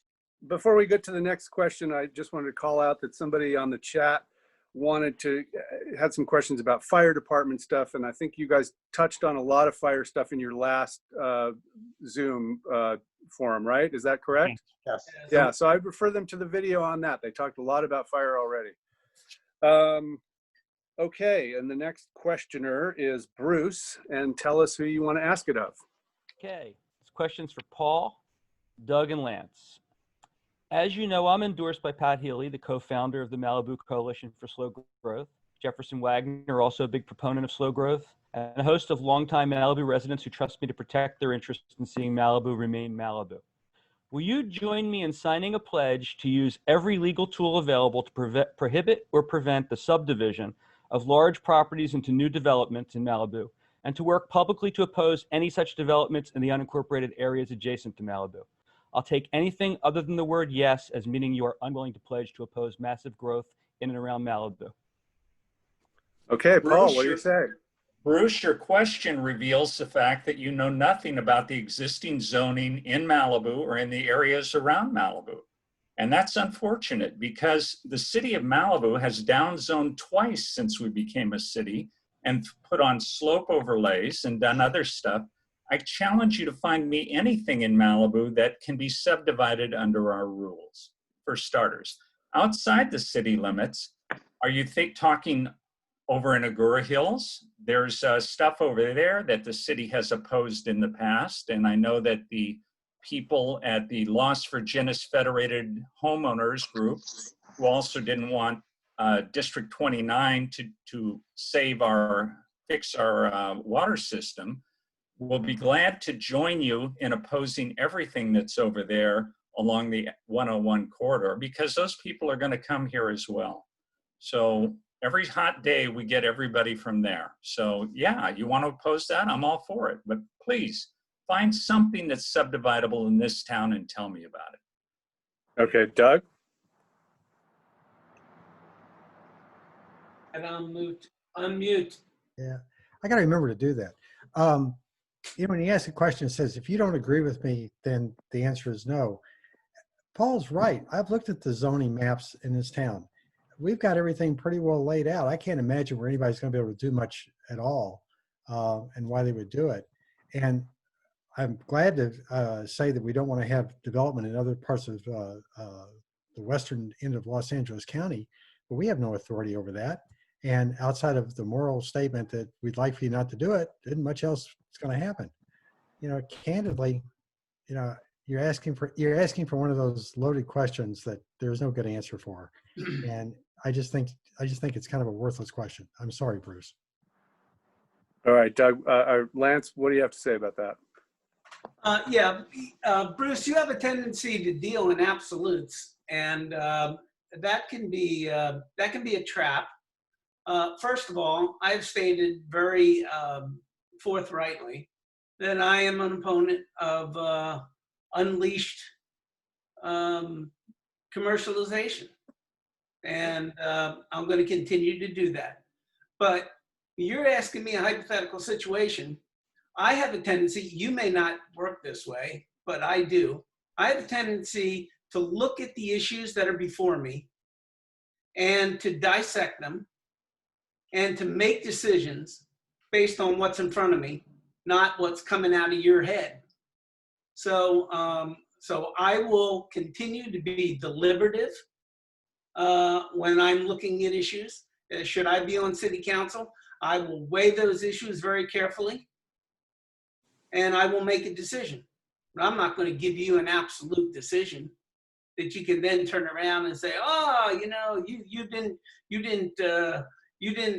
envision that this was going to be a part of your decision process. Okay, Lance. All right, thank you. And the final question, I believe, right, is going to be coming from you, Lance. And tell us who you want to ask first. I want to ask this question of Rick and Bruce and Doug. Okay, Rick, what do you say? Oh, I'm sorry, Lance, you go ahead. Yeah, what do you say? What do you say? Rick, just come on, I want an absolute answer. Read his mind for us, please. Okay, I bet you Rick knows what's coming. Rick, you were essentially the deciding vote against declaring that masks be mandatory in Malibu. When this comes up again, if you were on council, will you change your vote? And Bruce, you were quoted in the Malibu Times as opposing the measure as well because of confusion over the meaning of in public. Is that not letting perfect be the enemy of the good? And is that the way that you would govern? Once again, it's back to absolutes here. And I'll just put that out there to the three of you. Who's the third? Doug. Doug, yeah. Rick. Thank you for that question, Lance. Yes, I would. I think I would also vote against it. And here's why. This was brought up at the last council meeting. I think the mayor, Pearson, mentioned that he wanted to bring it back, not as an urgency thing, but as a regular thing. And he told us that. And then almost in the next paragraph, he told us about the Malibu West Beach Club was shut down by the LA County Department of Health because they came there and noticed that they're having shindigs with people without enough masks. To me, he basically supported why I think it's unnecessary for the city to have its own thing when the county has a rule and the state has a rule. And the other observation that I have is I think, from what I've seen, I think everyone is essentially observing it appropriately in all the appropriate places. And I don't see a need to add another rule when everything seems to be going well. And I was surprised that he actually didn't notice that, what he said about the county shutting down their operation because they weren't compliant. I hope that answers your question. What do you say, Bruce? Okay, Lance, thanks for the question. As is not uncommon, the press misquoted me. And if you were on that meeting, you would have heard exactly what I said. First of all, I think it's atrocious that our city 6 months. They finally did it, and they did it through a proposed urgency ordinance, which doesn't involve proper process. And then they took a month and a half or so to develop their urgency ordinance. All it said, subject to certain exceptions for types of, wear a mask when you leave your premises, not in public, when you leave your premises. And what I said was that literally means I get in my car, I drive out of my garage, I must have a mask on in my car. They were supposed to have basically copied the Hermosa Beach ordinance, which they didn't. It was very simple to do that. You just pick it up, you put it into a piece of paper, and you repeat it. And theirs is very good and it's very considered. And it happens to have been drafted, I understand, from our city attorney's husband or his firm. So I wasn't opposed to I wasn't looking for the perfect. I was looking for something halfway decent. This wasn't even capable. This was not even something a first-year law student would have put forward. Well, Lance, you must have seen me walking from my car halfway to Ralph's and realizing I didn't have my mask and going back and getting it. I'm very much in favor of masks. Fauci or whichever public health official you want to quote has said this is the way you control the COVID virus. This is the way you get the economy and the public back in business. We all need to be wearing masks. It's not even a question. It's up for grabs in my mind. And I was very disappointed when the city didn't pass it. Yes, I would have voted for it. Absolutely. Okay. So that's it on segment 2, the middle section. We're a little bit behind schedule. The thought here was to have a question or two from each of the journalists, a little bit more of a free-form section, and then followed by some closing comments from the journalists of whatever they have observed today, whatever leapt out at them, or any notable news, as it were. So let's see. Why don't we have Hans? I think you have a question that would be good to lead with, and we'll see if we can work this in, and we'll give the candidates 45 seconds each. So I know it's ridiculously short, but we've got 8 candidates. So what are we going to do? So 45 seconds each. We're going to start with Mark Wetton, and Hans, go ahead and ask your question. Unmute. There we go. So sorry. I was going to ask a different question, but we had a fatality on Pacific Coast Highway. Incredibly, the city of Malibu has never pressed for lower speed limits on PCH. Now, there has been all this talk about the California speed law and doing the radar tests and all this.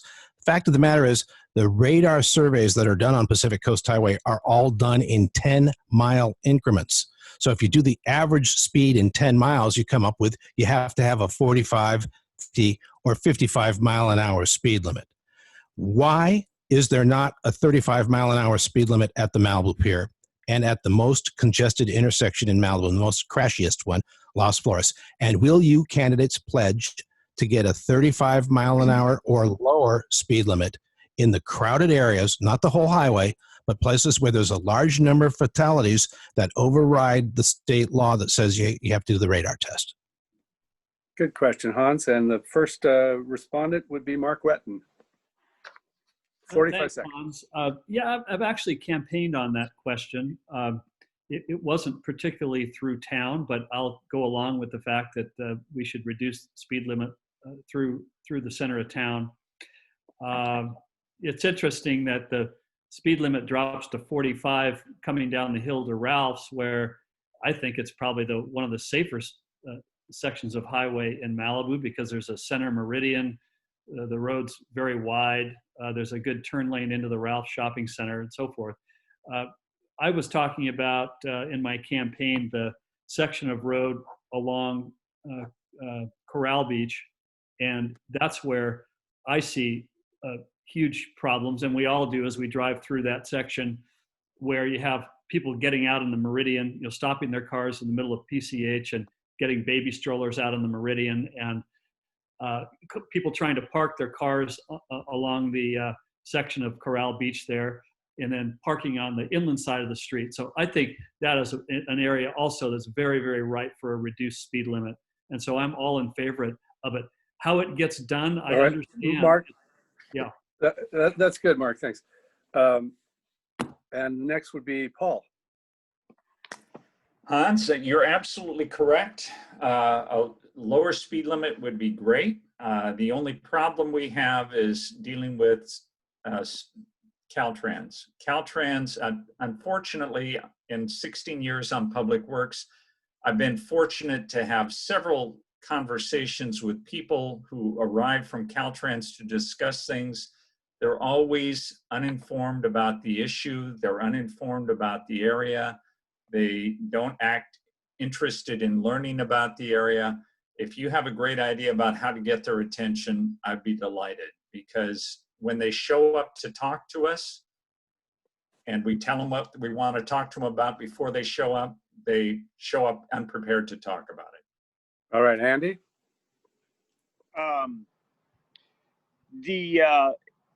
The Las Flores situation, it's interesting that back a few years when they designated dangerous zones, and Big Rock ended up getting a left turn lane under Lou Lamont's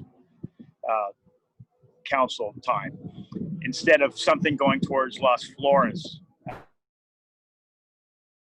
Fortunate. I think that needs a lot of work. But I think it's also, we need to be able to, like I said before, place the sheriffs where we want. If we had sheriffs down really focused and visible down in Las Flores coming in, we would see that slowdown like we do coming down the hill at Ralph's. Everybody knows the guy's going to be on the motorcycle at the bottom of the hill at Ralph's, so it's automatically people are slowing down. So, Okay, Andy, look, we got to keep this moving along. Rick? Sorry.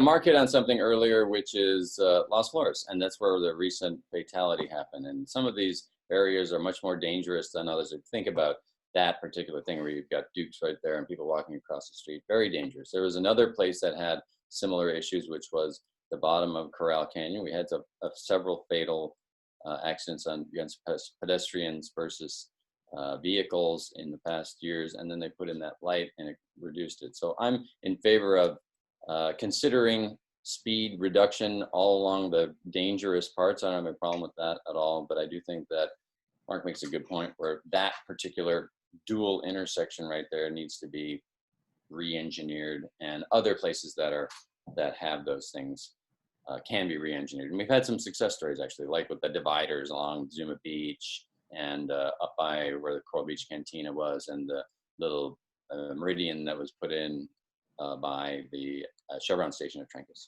Yeah, okay. Bruce, speed limits, Caltrans. Unmute. Okay, great question, Hans. As you know, as everyone probably knows, I was the only person earlier that said that we need to work on getting the speed limit reduced on PCH, which is basically our residential street.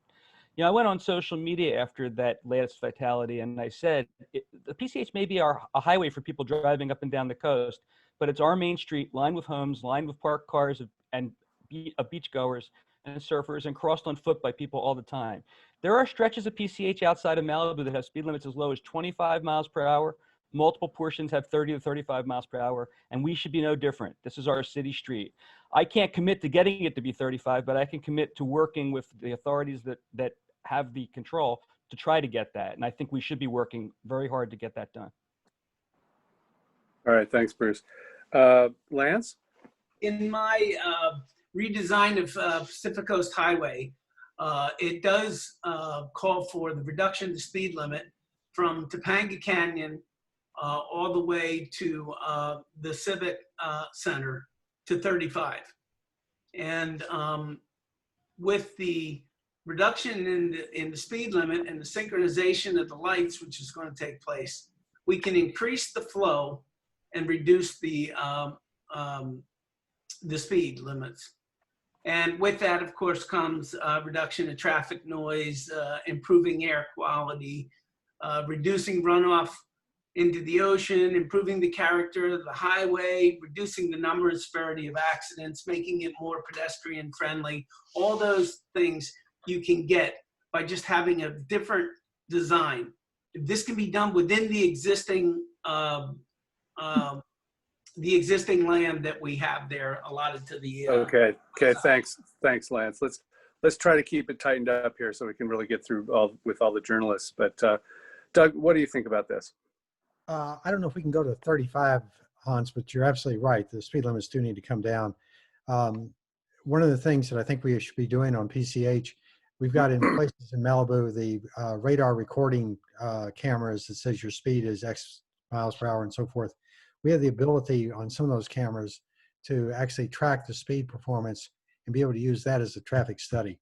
So I'm very much in favor of doing that to support the lower speed limits. Even if Caltrans or whoever fights us on it, we can build a case for it. As far as some of these intersections, absolutely need to be addressed. I know the one at Las Flores, Carol Randall worked on that 10 years ago, and she got nowhere with Caltrans, but that doesn't mean we can't give it up. We got to get that one fixed. And there's some others in the city too that are equally as hazardous. Yeah, Steve? Okay, I was sad to hear from Paul that the Public Works Commission doesn't have a relationship with Caltrans. Hopefully they can improve that in the future. I agree, if we can find a way to reduce the speed limit, I am all for that. But in this case, I'm going to go with all of us are smarter than any one of us. I need to find someone smarter than me to tell me how to get that done. Because I've seen the battle we've had with Caltrans. I mean, there's got to be a way to do it. I don't have a plan in my back pocket to effectively make that happen right now. But somebody knows, if I can get some smart people around me, we can maybe get that done. Thank you. All right, thanks, Steve.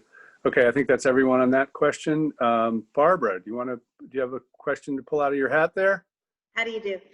Yes, it's been mentioned, but very briefly. So more incisively, what do each of you think should be done for the best and efficient use of the city parcels that were recently acquired? How should they be used, and what would the use that you're proposing accomplish?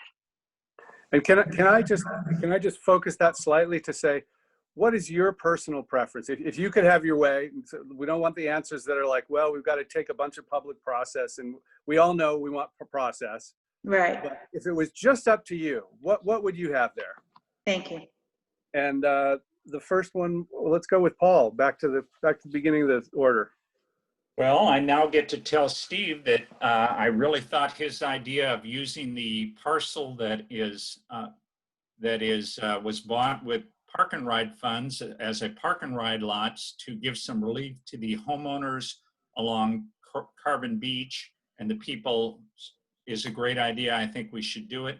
And as far as what the relationship between the Public Works Commission and Caltrans goes, we worked very hard on the light at Corral, and it only took 8 years to get it to the point where they were willing to let it be put in.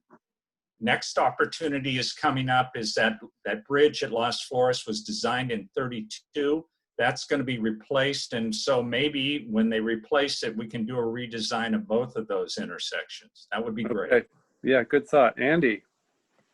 I'd like to buy out the county funds on both the park and ride lot and the one up at Heathercliff, so that we don't have to have the county involved in that, and we can actually do what we want. And I think we need to sidestep Riva's handpicked consultant of $250,000. It's holding us up from getting what we actually want to have on those lots, which is the residents of Malibu. They are tied up right now in the budget, pushed to another year. So we need to, we don't need to have a consultant tell us what we want.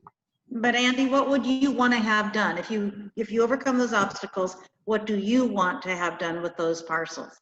I would love to see, some facilities. I'd like to see some of them stay that you could have, I don't know that really what we want right now. It's not my choice solely. Like Steve said, it's all of our decision. I think that we have to have a decision that's not on some consultant telling us what we want. Like, I would want to hear what people have to say. I would want to have stuff for kids for families to come here. Right now, we've got a little dinky, like, temporary skate park. We don't have anything for kids to come here to. We don't have anything, and it's like some people say, oh, a swim, center. I don't know that we could get all that stuff, but right now we're getting nothing out of it. It's, the one is, it's like a staging lot, Okay. All right, Andy, we've got to keep going. Now, hey, let's focus. Like, Rick, you're next. What do you want to see on there? Fantasies. I don't have any particular thing that I want to have on there. As far as I'm concerned, leave them empty for the time being. That's a win. And not having a shopping center, it's nice to have a little extra open space. But as far as what should be done in the future, I want to hear what the public has to say. Okay. Bruce, what do you think? What do you like? Yeah, I'm going to say the same thing. And, I'll give you what I would like in a moment. But I mean, what I like does not matter. What the community wants is what matters. Because I might want something that everyone else in the community doesn't want. And therefore, my want is irrelevant. As a city council member, my fiduciary responsibility is to the residents and to provide them what they want. So somebody earlier had the great idea about organic farming. I mean, right now, we can't afford to do anything with these parcels. Organic farming to me sounds like a great idea in the interim. Ultimately, I would hope they'd be used for recreational purposes, outdoor, large open spaces, recreational purposes, consistent with the environment, consistent with the vision statement, consistent with the mission statement.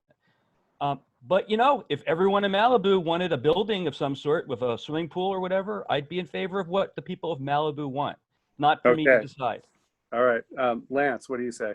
My visioning commission substitutes as the vehicle upon which we can learn what the citizens want. But I don't know about you guys, but everybody I talk to, there's not one person I talk to during this campaign or otherwise that doesn't say parking on PCH is a major issue. Parking in this city is a major issue. If you ask me, I don't have a problem with designating one of these lots for temporary parking. And I've spoken before a city council on this issue. Residents have come to me and said, look, I would love to go into town and help the businesses in our town on the weekend, but I can't go in there because I can never find a place to park. So let's take one of those lots, make it a temporary parking lot so people can get in and get out of the city and support our businesses. And let's institute a shuttle service for visitors on the weekends to go to the beaches. And we can have a shuttle service with electric buses. All right, great. Thanks, Lance. Doug? Yeah, I think the chili cook-off site has been designated as being a sports field, and I think that's an excellent idea. I'm still not sure how you get all the cars parked for all the soccer moms and the soccer dads, but maybe that's what the extra parking plot is for. I really hate to see the corner pie lot used as parking. It's such a great spot, but it could be used as temporary parking, and maybe we'll find a better use for it down the road and maybe another place to put cars. I look at parking lots quite often as a land bank that you can use for that now and then have a better use for it later. As far as the Christmas tree lot up at Heathercliff, I really don't know. And I think all these parcels do need to be done with the consensus of the community. But that's kind of the obvious uses for the ones I know now. All right. Steve? Yeah, I tend to agree with Rick, and I think it was Bruce and maybe Andy that look, the residents are the ones who paid for this stuff. They should have the right to say what it's going to be. In the interim, I do think we need some centralized parking in the Civic Center to deal primarily with, to help the traffic congestion we got at Nobu and Soho. I think we can work that out. We've met with Nobu and Soho, and they've agreed to that. And in the interim, I mean, I live above the chili cook-off property, so keeping it open is okay with me. In the interim, continue to use it for as a drive-in movie theater for the community, I think is a good idea. Okay, and finally, Mark. Okay. Well, overall, I think I'm in favor of as much open space as we can keep, if it's all up to me. The other thing I'd say is, as I mentioned earlier, in the interim, while we're trying to pay for this stuff, maybe we can find someone to lease some of these parcels and do an organic farm that would help preserve topsoil, would provide local jobs, and maybe provide a little income to the city to help offset the cost of holding these properties. I've talked a lot about some kind of performing arts center project, which I think should happen eventually somewhere on one of the parcels. And those are my best ideas. And I like the organic farm idea, Mark. Thanks. Okay. All right. It was all agricultural anyways to begin with. Right? It was all agricultural down there. Exactly. Everything old becomes new again. Yeah. Okay, so we've got one more question we're going to get from Michelle here, and I think she's been looking at, she had a question or two, and I don't know if she's adjusting her trajectory based on anything she's Guys, heard. But there's a fire taking place in Western Malibu right now. Oh, there you go. do you have any update details on that? I can see the smoke from my office here. Oh dear. Looks like it's somewhere near the point, but I can't tell for sure. They Hans, just went sirens. left. They just went past me south, so it's not up to Paradise Cove. Oh is dear. Lost Point anybody? showing you 24,255 West Pacific Coast Highway vegetation fire. It's a full turnout. 24,000. That's down by Pepperdine, right? No, that's just south. That's right across the street from Pepperdine. That's the Bluffs Park. Bluffs no, Park. it's not the blood. No. It doesn't look. It looks like it's over. It's further down. Okay, but there. All right, guys. Location on Two- Pulse if you Points, want to 24,000. hold Everybody listen up. Everybody listen up. If you want to pull your Twitter or whatever Okay, the out of your debate pocket is and- now ending in chaos. There's a brush fire. How wonderful! It's across the street from Pepperdine. Apparently, it's at Malibu Bluffs Park. Full brush turnout, and people at the Civic Center can see it. That's what's happening. There's a full fire alarm, a second alarm fire now at 24255 Pacific Coast Highway. I would recommend that we're close to ending, that we finish up here. There is no serious wind happening, so this is not a major threat to anybody, unless maybe you're on Malibu Road. I'm in the park and there's visible smoke quite a bit. Yeah. Okay. No Well, camping on the bluffs.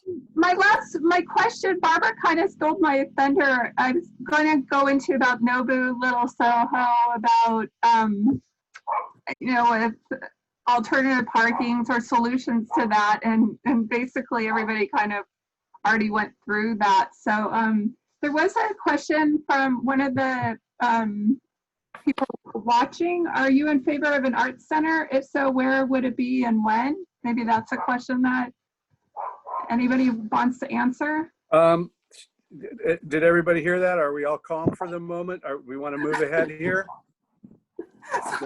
We all want to finish up? Okay. So the first, that would be going to Rick first. And what am I doing? I'm closing statement here? No. Here's Here. Rick, are you in favor of an arts center? If so, where would it be? Oh, okay. Yeah, I heard that question, but then he said, "Oh, I thought everyone wants to wrap it up here." So Well, and let's My just apologies. let's call these 30-second answers, because that's a pretty quick, easy question, I think, probably, right? yeah, I think it's a great idea. I think that we have a robust, creative community, and the few times that we've been able to field these events, like the concert on the Bluffs, it was a very good cohesion building thing. As far as where it would be, I'm not sure, but I think it's a really good idea, and I support it totally. All right, Bruce, Art Center, where and when? I think it would be great. When is when it can be afforded. Where is there are already existing facilities in Malibu that are used for other creative purposes that might be able to be acquired or rented. I understood there was something at City Hall, but it was then changed into office space. That's a shame. As far as parking, I just want to say real quickly about Nobu and the Soho House. They're commercial enterprises. They should purchase parking that exists in Malibu if they don't have enough. They shouldn't be using the streets, and the city shouldn't be doing anything for them. They're big boys. They can afford it. Lance, Art Center.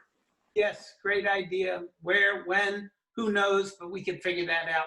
Let's agree on the concept first. And I think you get general agreement. Yeah. Doug, what do you say? Absolutely. And this ought to be one of our 10 poles of this culture of the city. It ought to be more than just a gallery or a stage. It should have art galleries. It should have creative halls. You look at Calabasas, they've got a wonderful facility over there. I don't think we need anything that grandiose, but we do need something like that for our city. And as far as wind goes, I'm afraid it's got to wait till we can afford it, but it'd be a great idea. Can I just follow up and ask, where would you put that? For me? Yeah. I don't know. I think the Civic Center is a logical place for it, but I sure don't know where the vacant land would be. But it's got to go where everybody can feel like it's their place. And Yeah, right. Civic Center is probably the best place I could think of. Yeah, Steve? Yeah, I agree. We should have one. There's $10 million in our library fund. Maybe we can use some of that to help us build one of these centers. Or you may want to take a look at the new high school in Malibu High. I mean, the last conversation I had with the people designing that said that they wanted to make that a robust platform for the arts inside the city. So maybe there's something there we can tie into to get there quicker rather than later. Mark? Okay, yes, we should absolutely have it. It's a big part of my platform. It's the one thing that always hits the cutting room floor because of the budget, but I think we just need to be creative. The money's out there. Let's do it like museums or universities or other entities do. They go out and they raise the funds through private donations and foundations and grants, and it's out there. We just have to be creative. Come on. So it'll, instead of the Broad Center, it'll be what? The Hill Center. some fill-in billionaire's name. Exactly. And then Paul, what do you say? I think that the lot that makes the most sense for it is the one on Point Doom between Port's Head and Heathercliff. It's got enough flat land. It has that's the center of population for the city right now. I think it's a good idea. And to Bruce Lee, who has been commenting with Frank Angel on the sideline, he seems to think I'm a developer. And Frank Angel asked a question because he turned in too late to hear me say that I'm opposed to letting the state inflict any 4x4 subdivisions of our existing lots on us. Thank you. Okay. And last but not least, Andy. Well, we could turn City Hall back into the Performing Arts Center, since we're all zoomed out right now, but I doubt that would happen. Yeah, definitely we need something. You know, Malibu is full of flamboyant, artistic people, creative people, and we need to find something. You know, the Playhouse is up for sale. You know, we could get that going again, maybe get some people to involve some money that way.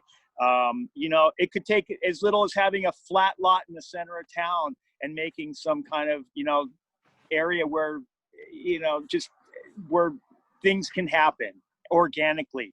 You know, it doesn't have to be some big building. It could be, you know, just a small staged, I don't know, you know, I see that Tompkins Park in New York where everybody just hangs out and skateboards and art and things happen. And it's like a cool thing for like kids to hang out and do it, you know. It's not going to be old people. It's kids doing art and skateboarding, and we don't know. We're old.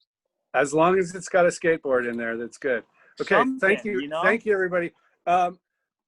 Journalist, do you have some closing summary, or can you want to extract some wisdom or observation, anything from this whole event, or any particular details? And maybe we'll start with Hans. What's your takeaway from all this? Unmute. I have this all set up so I don't bleed feedback back. Sorry. We have very passionate and very thoughtful and pretty cool city council candidates. I look forward to working with 3 of them as a resident. And we do have some big questions ahead of us. This format is, I think, the best I've seen yet, the best debate I've seen yet, where we've seen the most contrast in thoughts. And I thank you guys for that. Thank you, Hans. Michelle, what's your takeaway here? Unmute. Can you hear me? Yeah. Well, I'm probably the only one on this call that's not a Malibu resident. I'm in Moore Park. So I hope you're all safe there with the fire, and always thinking about you guys. And just wanted to thank you for participating in this and stepping up. 8 candidates, that's quite a turnout for an election. And, you know, good job and good luck, and looking forward to meeting with you and covering you. Barbara? Hi there. I want to be a little bit more substantive. I think that most people are concerned in the near term about our fiscal situation due to COVID, as we were just trying to rally from Woolsey. I think that most people are very concerned about Pacific Coast Highway. I think that was a consistent thing. There seemed to be quite a bit of consensus, if possible, to lower the speed limit. Surprisingly, everybody seemed to be interested in somehow having an art center. And I think that people were concerned about the Pacific Coast Highway with regard to the RVs, and they wanted the sheriffs back if possible, but they wanted to have laws enforced. That seems to be the most important thing. You can have all the laws on the books, but if you don't have the enforcement, I think all these candidates realize that's imperative. Thank you for including me. Thank you. Hans? Yeah, I just got a call back from the watch commanders at County Fire Dispatch. We've got a 2-acre working fire right now in the grass across the highway from Pepper. They are not evacuating any structures at this time. Forward progress has not been declared stopped yet, and they're declaring it a working fire. Winds are blowing out of the southwest at 9 miles per hour. Okay, southwest. I just want to make a quick wrap up here. Thank you all. I think this has been a very candid, good forum. A lot of food for thought, a banquet of food for thought, really. A lot to digest. looking towards the forum tomorrow where you're focusing on environment and I understand climate change to some extent, I'll be interested in hearing more then, if I can put in my 2 cents now, on the sea level rise stuff. And it seems like there's a lot of unanswered questions about armoring the sea wall and having the issues with sand replenishment, as Lance raised today. But also, you know, if you don't have the state coming in and basically condemning for retreat and paying fair market value, then if you say, no, we don't want that, then what do? You're not going to get insurance for storm surge or something like that unless it's Lloyd's of London or something. So if you don't have some kind of managed retreat program, what is the effective alternative? And I hope you can address all the subtleties about that tomorrow. So I mentioned that event, and then there's also the forum on the 17th that Jefferson and Colin and Scott are going to be running. So everybody tune. We've also got one at Malibu High School. You've got one at the high school too. When is that? 22nd. On the 22nd. Okay. And where are people going to find that? I guess they'll see an ad for it or something, right? Yeah, some of they're going to have to advertise. Yeah. Okay. Well, thanks once again, everybody. It was pretty intense and urgent with the time limitations, but I think all you guys did great. It was a So bundle. thank you very much, and may the best guys win. Thanks. Adios. Take care, everybody. You've been listening live Good to job. fire coverage and a debate at the same time. The debate sponsored by the Malibu Foundation and by a group that Craig Hill is setting up. Craig lives in Eastern Malibu. He was the moderator. And at the end of it there, you heard all that excitement, sirens going by some of the people on the Zoom call. There's a brush fire burning right now. It's at the western end of Bluffs Park, as near as we can tell. LA County Fire tells us it's 2 acres, and it's still spreading at this time. It is an active fire, and the fire department has helicopters heading there along with a full brush turnout. As near as we can tell, and we're not there looking at it, this is a fire burning in the brush at Malibu Bluffs Park west of the Michael Landon Recreation Center. That appears to be what's on fire. The winds are coming out of the southwest, so it's blowing up the hill towards Pacific Coast Highway at about 9 miles per hour near there. So that's the nearest we can get. Now, there are no helicopters over this right now, so we don't have an exact fix on this. Of course, County Fire is still working on it. On Pacific Coast Highway right now, let's take a look at the traffic for you. See if we can pick this up on some of the traffic services. Yeah, there's very heavy traffic in the area, but then there's very heavy beach traffic going on anyway. So right now it's a big mess on PCH. We don't have any road closures to report at this time, however, and we'll keep an eye on that for you as well. So this is on Pacific Coast Highway west of Malibu Canyon Road, a fire. We got off the phone with the County Fire Department at about 5:07. It's about 5 minutes ago, and they told us it was working fire, 2 acres and still spreading. Not a lot of information though on what exactly was burning. We believe it to be the brush at Malibu Bluffs Park. Time right now is 5:11 on Radio Malibu, FM 99.1 KBUU, and we're going to let the Big Kahuna play some music. We'll be back if we have any more information on this fire down near Malibu Bluffs Park. This is 99.1 KBUU. All right. Thank you very much, Hans. Great job, everybody. Thank you. Take care. Thanks, Craig. Bye-bye.